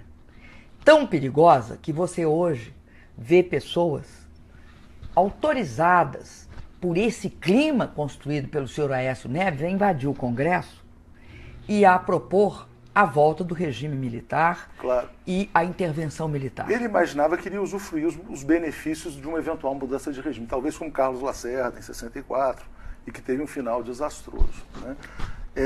Como é que a senhora avalia hoje a situação de, por exemplo, ele não é a figura mais forte nem no partido, internamente, não é colocado mais como um presidenciável efetivo. Do ponto de vista das investigações também, muito se fala de que se aproxima dele. Ou seja, quer dizer, lançou o Brasil num abismo para não colher nada em troca? Ele se julgava blindado, eu acredito. Blindado do ponto de vista político e do ponto de vista das investigações que ele acreditava que não chegariam a ele, não é o que está acontecendo. Agora, o que eu acho mais grave da ação dele e do PSDB foi o fato de que comprometeram a democracia e contribuíram para que o Brasil entrasse de forma perigosa num estado de exceção. que convive com o processo democrático, que corrói o processo democrático. E nós estamos vendo isso acontecer. Quais são os principais exemplos que a senhora vê desse estado de exceção? O principal exemplo é o próprio impeachment sem crime de responsabilidade, claro, que aí você rasga a Constituição. Mas tem outros. Eu acho gravíssima a decisão da 4ª Região do Tribunal Regional Federal, que disse o seguinte, que como a Lava Jato é excepcional, medidas excepcionais do ponto de vista da legislação podiam ser tomadas. Ou seja, você não precisa de acatar a Constituição. A senhora enxerga medidas excepcionais acontecendo no caso das prisões? Se a gente falar, por exemplo... Acho que prisões, por exemplo... Antônio Palocci, seu ex-ministro da Casa Civil, a senhora acha que foi equivocada, exagerada, sem possibilidade de defesa? Veja bem, eu acho que as pessoas... Se elas cometeram um crime, elas têm de responder pelos crimes que cometeram. Agora, para investigar se elas cometeram o crime ou não é necessário prender e ficar com a pessoa presa. Se você vive num regime democrático, para você sustentar a prisão de alguém, ela tem de ter uma justificativa, tem de estar ameaçada. Por exemplo, eu não vou falar do Palocci, vou falar do Eduardo Cunha, tá certo. O Eduardo Cunha. Se era para prender o Eduardo Cunha, por que não prenderam quando todas as denúncias pelas quais ele foi preso, elas existiam antes? Talvez porque ele tivesse uma utilidade para o processo político. Eu acho que isso mostra um casuísmo que é absolutamente... ele fere a democracia. Eu não vou defender a prisão do Eduardo Cunha se eles não prenderam antes, eles têm de explicar por que estão prendendo agora. Uhum. O que explica que estão prendendo agora? Não prenderam antes, não prendam agora. E mais, se a pessoa não vai fugir, se a pessoa não tem meios de comprometer a investigação, não pode ser preso. Tem direito de responder em liberdade. Tem direito de responder em liberdade. Eu acho, por exemplo, a gravação minha como presidente, com o presidente Lula, é um escândalo do ponto de vista para qualquer país do mundo. Claro. Aquilo seria considerado crime contra a segurança nacional. Além disso, gravar advogados. Ontem foi exibido no Fantástico uma gravação do garotinho com advogado, como se fosse a coisa mais normal do mundo. Essas coisas estão se tornando rotineiras. Então, assim, esse estado de exceção, que a senhora falou no Paraná, ele está se alastrando, de certa maneira. Você sabe que é diferente o estado de exceção, porque as pessoas tem hora falam, não, mas nós não estamos numa democracia.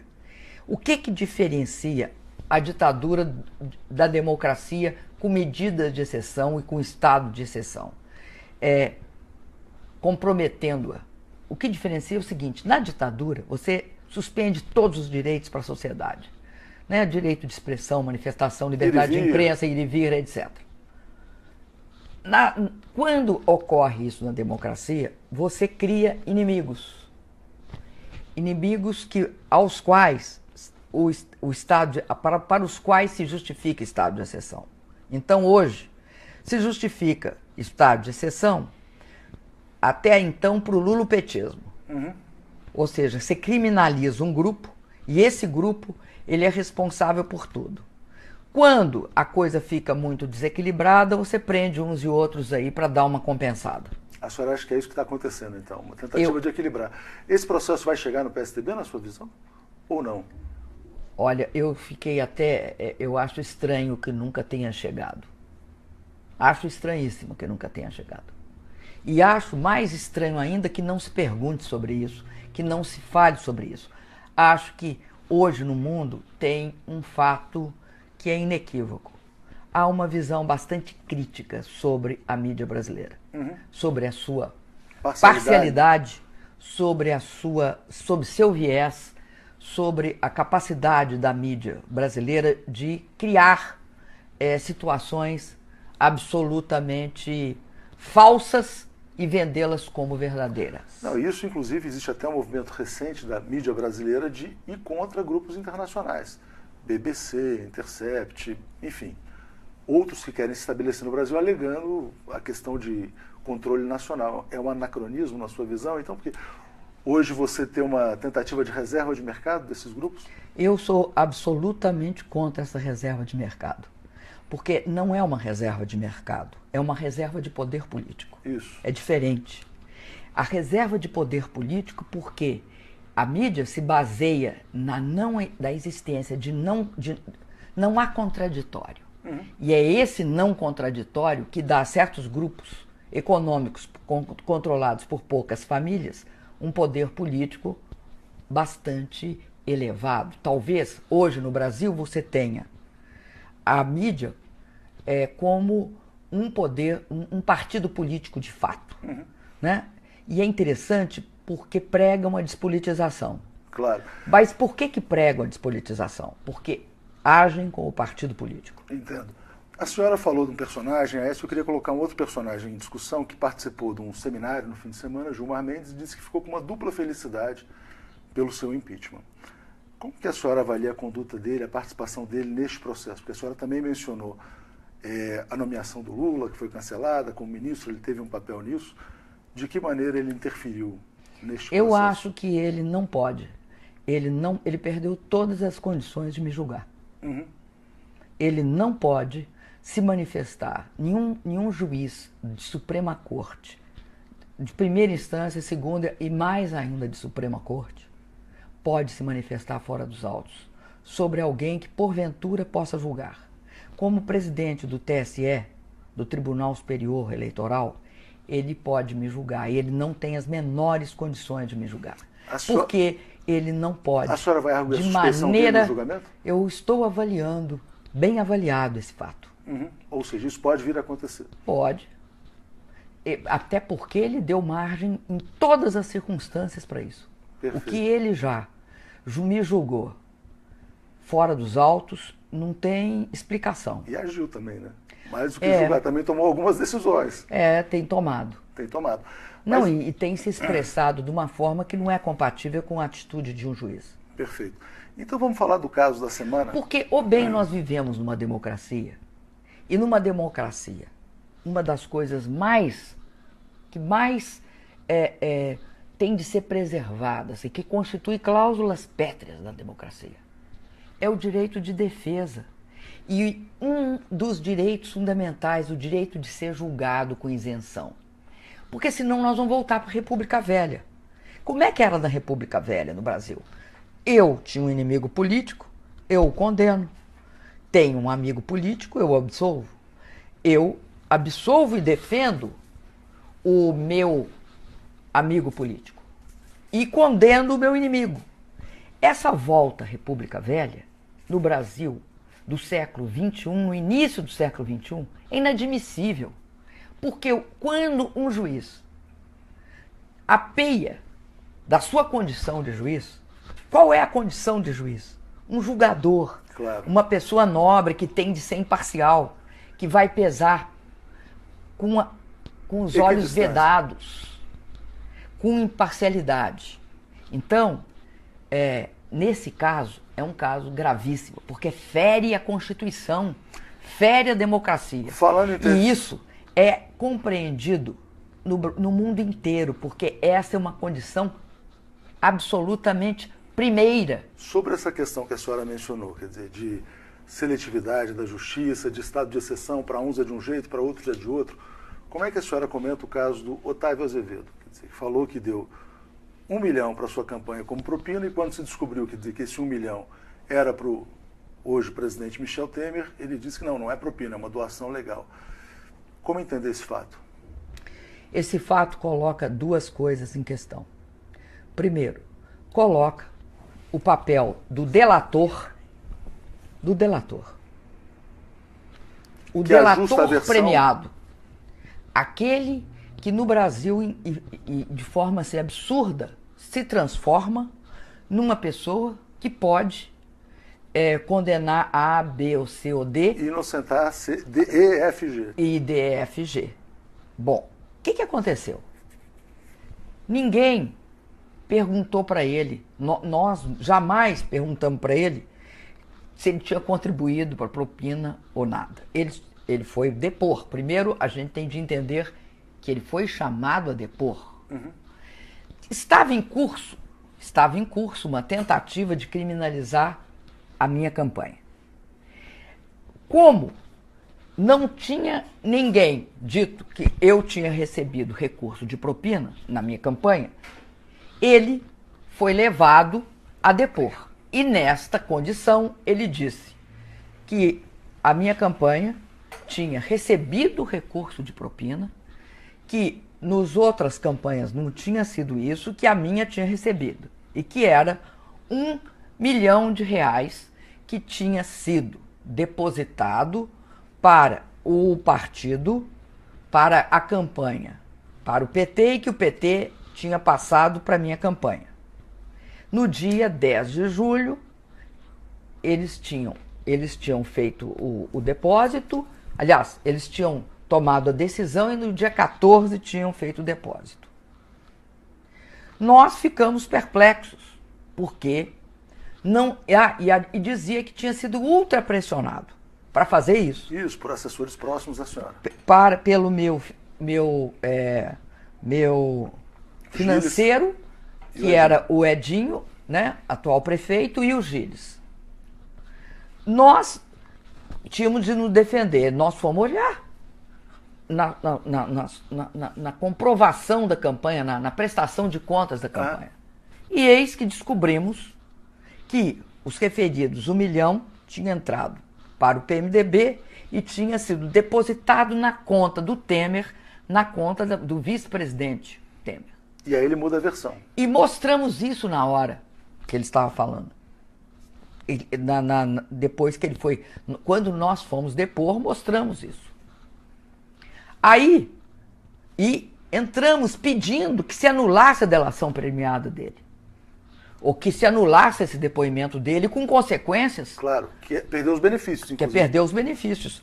Até porque nós não temos certeza se ele falou isso na delação premiada ou não. Nós não sabemos se ele falou. Entendo. Bom, aí o que acontece? Aí o advogado dele pede uma cariação e o juiz concede a cariação entre ele e o Edinho.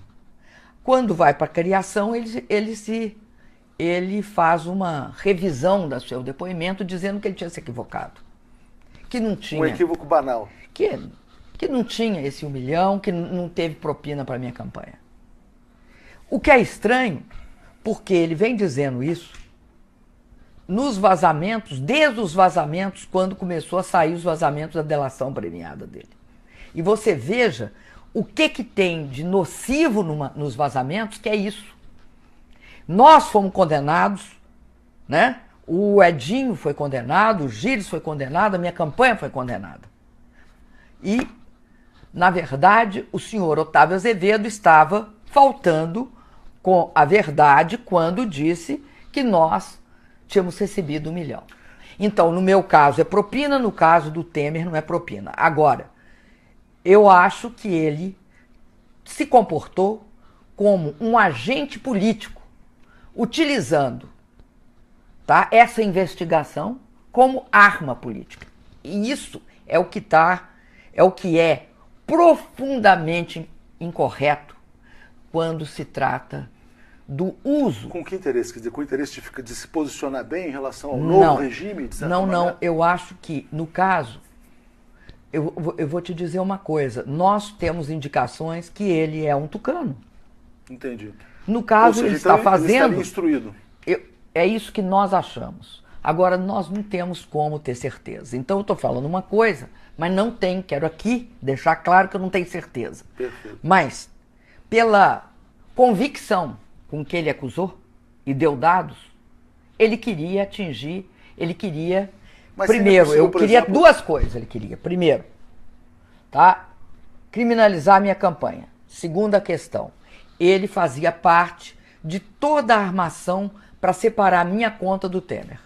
Ou seja, a senhora seria condenada e o Temer não seria condenado. condenado. Ele seria condenado. Aí, quando é para condenar só o Temer e não a mim, aí não é. Aí propina. já muda de figura. Então vamos falar do episódio da semana, comentado, do fim de semana, que é o caso do Gedel Vieira Lima. Que, enfim, hoje tem uma posição central no governo Temer e que é acusado de usar o cargo em benefício próprio para liberar uma obra de 100 metros no centro histórico da Bahia. Que ele confessou, né? que ele confessou. Surpreende a senhora esse tipo de comportamento neste novo governo ou não? Olha, eu acho que desde o início o governo interino naquela época mostrou uma absoluta descompromisso com a cultura. A cultura no Brasil é uma coisa essencial, porque nós somos um país diverso. E como nós somos um país diverso, a cultura ela cumpre um papel de estruturar a nossa nacionalidade. Ela é um cimento para nós nos reconhecermos, né? Ela contribui para isso.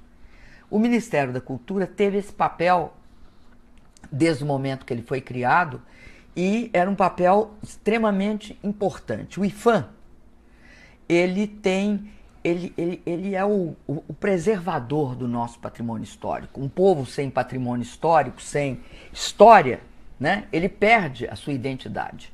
Então, inclusive, nós fizemos o PAC das cidades históricas, isso. O IPHAN foi estratégico nisso, ele foi extremamente valorizado como um dos elementos para estruturar uma política de cultura. Sabe-se agora que uma das primeiras medidas do governo foi tentar criar uma secretaria de patrimônio para tirar do IPHAN. Para tirar do IPHAN. Tirar do IPHAN.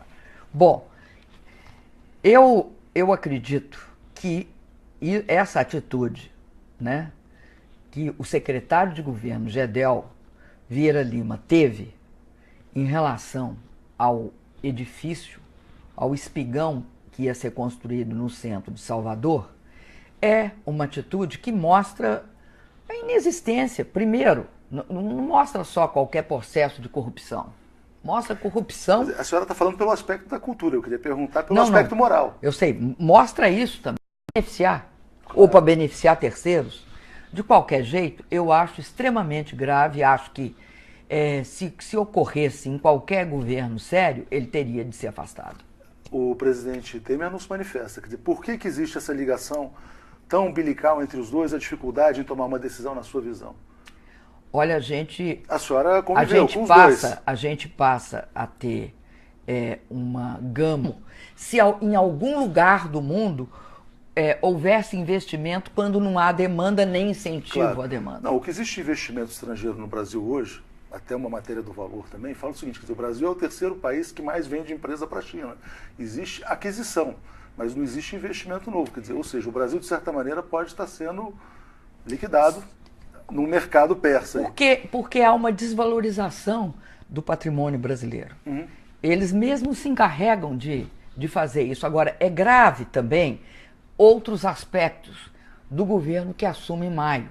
Por exemplo, fim do Ministério da Cultura. Uhum. Esse fim do Ministério da Cultura, que começou lá atrás, que depois foi revertido e botaram como ministro um diplomata, o Calheiro, mostra hoje claramente a desvalorização que eles fazem para a cultura quando um secretário de governo é capaz de chantagear o ministro da Cultura pedindo para ele aprovar algo que o IPHAN, que guarda o patrimônio histórico do centro da Bahia, é contra. Claro, nós vamos voltar a esse ponto, mas antes eu queria fechar no capítulo econômico. Quer dizer, porque a gente teve, então, o primeiro momento de quanto pior, melhor, o segundo momento de expansão fiscal e o terceiro momento que a gente vê agora, que é PEC 241, que agora é que é o mais grave de todos. Ou seja, quer dizer, esse diagnóstico de que o Brasil precisa de um ajuste fiscal de 20 anos, ele não vai gerar as condições de crescimento, na sua visão? Pior, ele vai fazer com que o país tenha menos demanda e, portanto, cada vez fique menos atrativo ao investimento. Veja que o ajuste, o que é a PEC 241, agora a PEC 55? A PEC 55 não passa de um ajuste fiscal permanente por 20 anos. Uhum. Por quê? Porque ela reduz a possibilidade de investimento, não só em educação e saúde, o que é gravíssimo, né? Para você ter uma ideia, porque é muito difícil as pessoas imaginar mais o que significa essa redução. Se ela fosse aplicada há 10 anos atrás, ou seja, vamos supor que em 2006 nós adotássemos a PEC. Para você ter uma ideia, o salário mínimo, que hoje é R$880, seria 400. Ou seja, a demanda estaria lá embaixo. Lá embaixo, porque uma parte da demanda é consumo. De outro lado, você tem também uma redução em educação e saúde. Na saúde, em torno de quase 50%, e na educação, de 70%. Né? Então, 101 bi ou 102 bi que gastamos no ano de 16, na educação seria 35 e na saúde em torno de 60. Agora, o que é grave em termos de investimento é que você instaura um conflito distributivo. Por quê? Se nada cresce, como é que você vai investir? E aí, isso que explica que eles já começaram a acabar com todas as políticas de investimento que o governo tinha. Hoje, eles não conseguem fazer nenhuma concessão, nenhum projeto de concessão, porque ninguém vai fazer investimento de 25 anos com a taxa de juros lá nas alturas. E o BNDES sendo retirado de tudo. Eles atribuem ao setor privado investimento de longo prazo no Brasil. Ora, até hoje, desde o dia que o Cabral chegou no Brasil, nunca aconteceu. Você tem toda uma política de restrição do investimento e não de expansão do investimento. Então, você compromete o consumo, você compromete o investimento público. E o investimento privado, para ocorrer, precisa de ter demanda. Agora, presidente, houve uma grande aliança empresarial, midiática, política a favor do seu afastamento, né? Já começa, na sua visão, a cair a ficha da sociedade de que não deu certo do ponto de vista econômico, quando a gente começa a perceber as primeiras manchetes de que a confiança não voltou, de que a crise é mais permanente, é mais persistente, ou seja, essa percepção de que esse processo político é a causa da recessão? Ou muito mais do que o que chamam de herança maldita, por exemplo? Posso te falar uma coisa? Eu acho, por toda a experiência de política anticíclica que nós fizemos desde 2011 até hoje, passando até hoje que eu falo, até final de 2014, o que eu percebo? Eu percebo que tem uma distorção na estrutura empresarial brasileira, que é a seguinte: uma parte da atividade produtiva, ela que sustenta a expansão das empresas. Mas pelo fato que durante muitos anos, até hoje, o Brasil convive com taxa de juros elevados, porque você lembra que nós baixamos a taxa de juros em 2013, e foi aquele... de forma significativa, e foi aquele escarcéu. Mas o que é o efeito político disso? É que o setor produtivo do empresariado, ele vive também de aplicações financeiras. A tesouraria... Seja, existe uma financiarização da economia. Existe uma financiarização da economia. Então, eu acho que vamos dizer, o impeachment começa quando a taxa de juros no Brasil cai. Essa é a tese do Bresser Pereira. Mas eu boa concordo. Parte da classe média alta não aceitou esse processo, que é um processo redistributivo. Não, mas ele não é só redistributivo. Ele não é só redistributivo. Ele é crucial para o Brasil ter um crescimento sustentável, para ter emprego de qualidade, para você, de fato, se transformar numa nação desenvolvida. Sem essa desfinanciarização precoce brasileira, nós jamais teremos investimentos produtivos significativos num país dessa dimensão, com as riquezas naturais que nós temos e com uma imensa necessidade de agregar valor à sua produção. Então, eu acredito o seguinte: acho que uma das questões que eu acho que vai ficar claro no Brasil é que você pode ter a financiarização ocorrendo quando a economia está passando por um processo de expansão.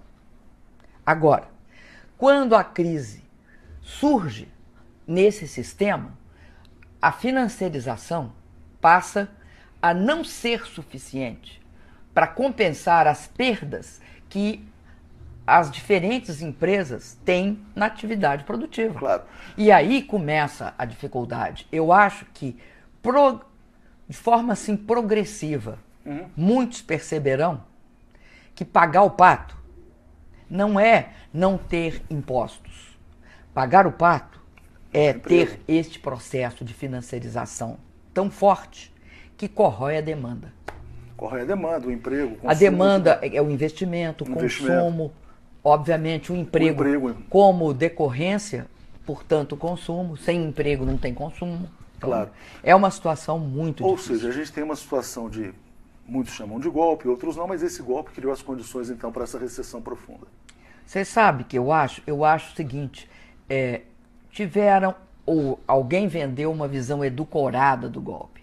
Né? A partir do momento seguinte do golpe, você teria uma situação no Brasil de alta, vamos dizer assim, extremamente colorida, rósea. Isso. Essa situação rósea permitiria que as coisas, que as reformas, e aí nós entramos num outro capítulo, que é o seguinte... Que a senhora faria a reforma da Previdência, a senhora propôs. Sei, mas eu nunca faria uma reforma da Previdência que, sobretudo, atingisse os 70% que ganham um salário mínimo. Lógico. São 23 milhões. O que eu acho que eles farão, nesse ímpeto de fazer uma reforma e construir o Estado mínimo, é um tripé. PEC 241, PEC 55, que tira todas as condições de fazer política monetária e fiscal no Brasil, todas. Não tem política monetária e fiscal durante 20 anos e, portanto, não tem política contracíclica, né? Anticíclica, não existe. E, ao mesmo tempo, tira direitos dos trabalhadores, acaba com a educação e a saúde, acaba com a assistência. Perfeito. Essa é uma parte do tripé. Segundo pé, reforma da Previdência, com um nível de selvageria extremamente grande, que o Brasil precisa de reforma da Previdência, não há dúvida. Claro. Só que você pode perfeitamente criar as condições, era isso que nós íamos fazer, para ter um tempo de transição que ancorasse direitos e expectativas, direitos adquiridos e expectativas. E a terceira é uma reforma trabalhista, que visa acabar com a CLT do Getúlio, que virou ultra-revolucionária, fazendo o quê? Flexibilizando. O que é flexibilizar? Flexibilizar é o seguinte, aumentar a margem de lucro. Porque até hoje, nenhum país do mundo investiu porque flexibilizou a jornada de trabalho. Não foi por isso que eles investiram. Porque tinha perspectiva de crescimento. De crescimento. Claro. Mas assim, o seu vice-presidente, hoje presidente, recentemente falou, olha, não dá para esperar que a economia, que em 2 meses a gente resolva os problemas da economia. Ele falou isso, quer dizer, quando já estava no poder há 6 meses.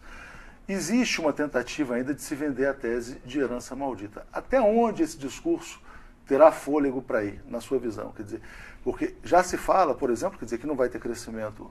Antes se falava que era rapidamente depois do impeachment, depois no primeiro semestre do ano que vem, já se fala no segundo semestre de 2017, e se houver 1%.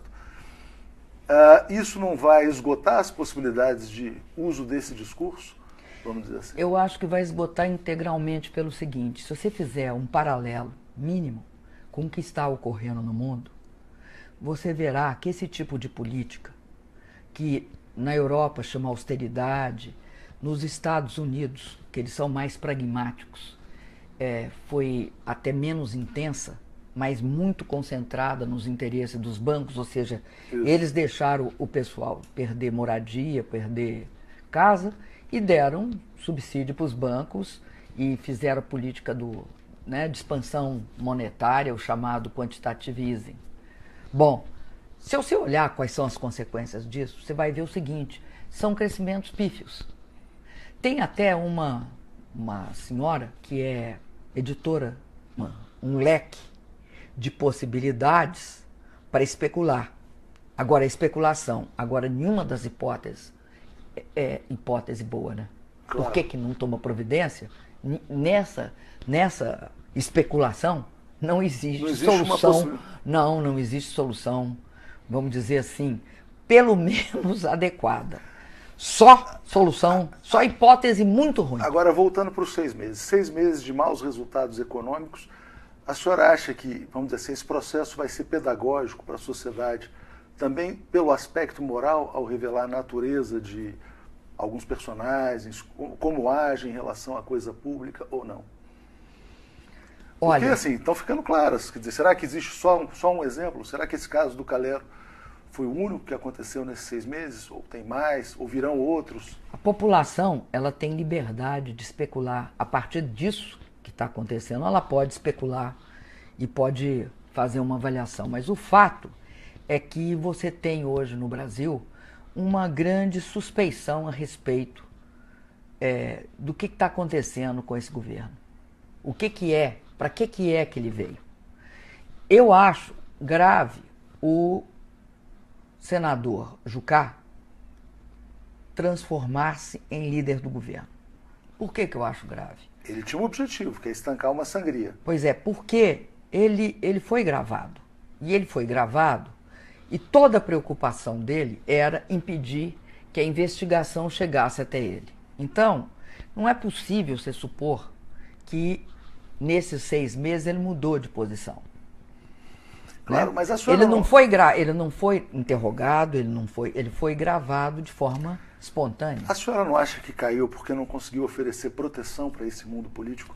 Esse mundo político desesperado hoje, quer dizer, hoje foi dito tem uma entrevista do Onyx Lorenzoni, relator das 10 medidas, dizendo o seguinte, olha, que o clima no Congresso é de pavor, porque todos têm medo.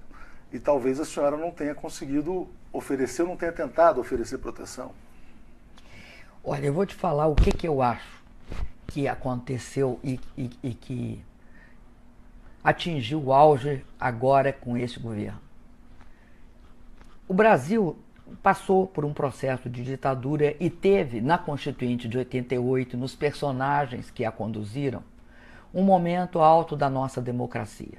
Né? Nós estávamos reconstruindo a democracia no país. Então você tinha um Ulisses Guimarães, você tinha pessoas dentro do PMDB que caracterizaram o PMDB como o grande centro democrático brasileiro.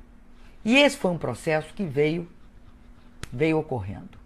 Eu acho que no final do mandato do presidente Lula, para o meu primeiro mandato, eu acho que começou um processo dentro do PMDB de mudança da hegemonia.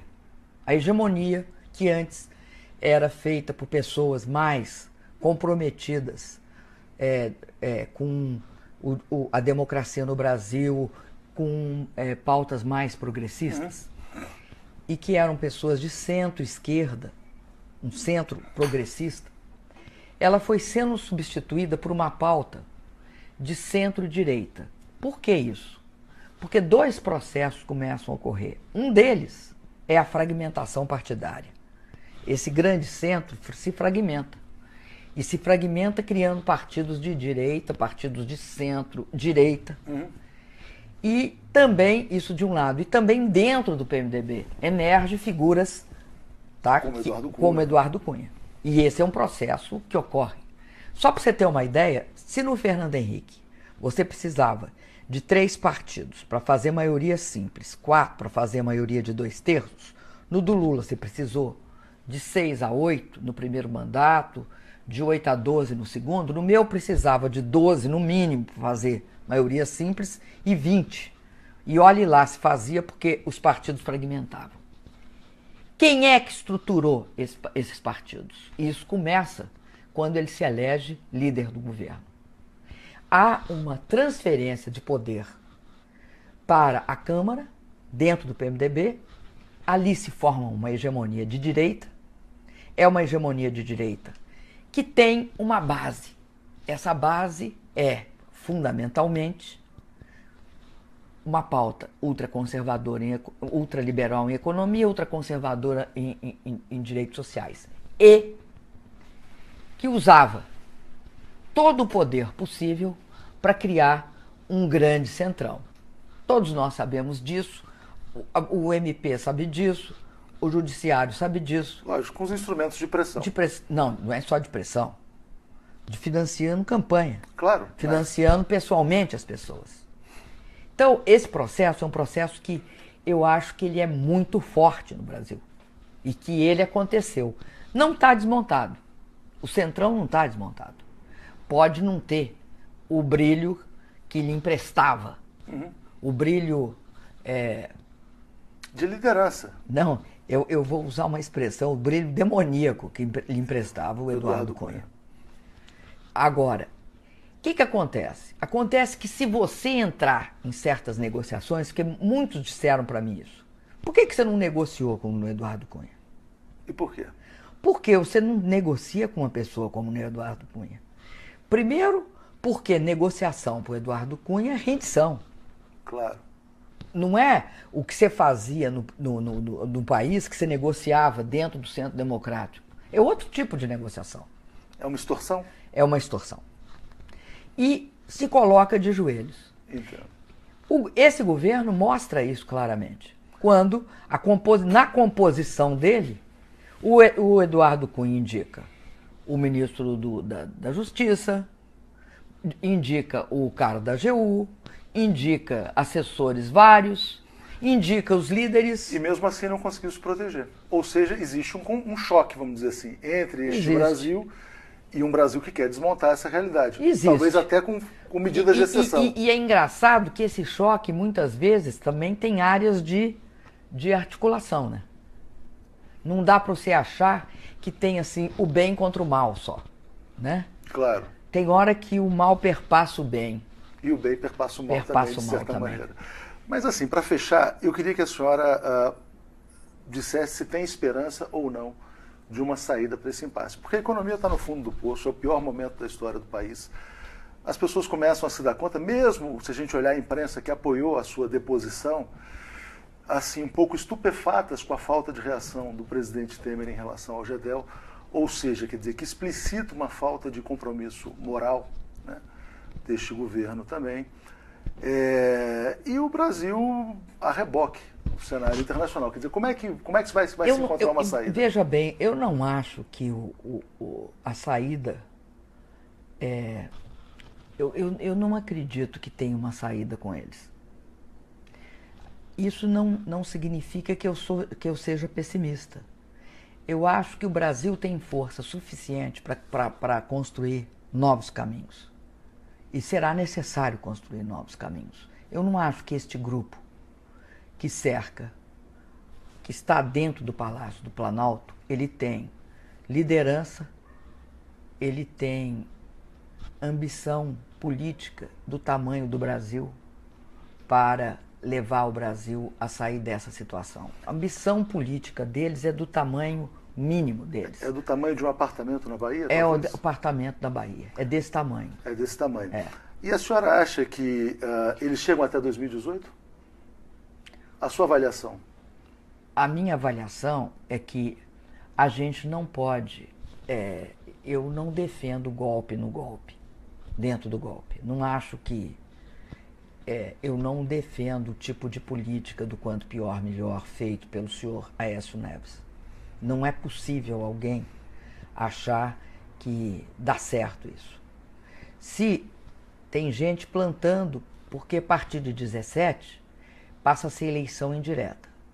Tem gente que, como não consegue se eleger através do voto direto do povo brasileiro, quer utilizar de forma A senhora acha que oportunista. o presidente Fernando Henrique tem essa pretensão? Não tenho certeza, não sei. Tem uma desconfiança, uma suspeita? Achei estranho a fala do Chico Graziano. De lançá-lo. Muito estranho. Mas Agora, se a senhora não defende não o golpe sei dentro se do aquilo... golpe, a senhora defende que esse governo fique até 2018, até a próxima eleição? Olha, eu acho que a alternativa é qual? Não sei. Estou lhe perguntando. Pois é. Eleição, existe uma alternativa? Eu sempre fui a favor e propus isso antes de sair e antes do processo de impeachment chegar ao fim, eu propus que se convocasse eleições diretas imediatamente. Eu sou a favor disso. Acho que só a eleição direta pode curar, sabe, as feridas políticas e essa mancha que é o estado de exceção crescendo para cima da democracia no Brasil.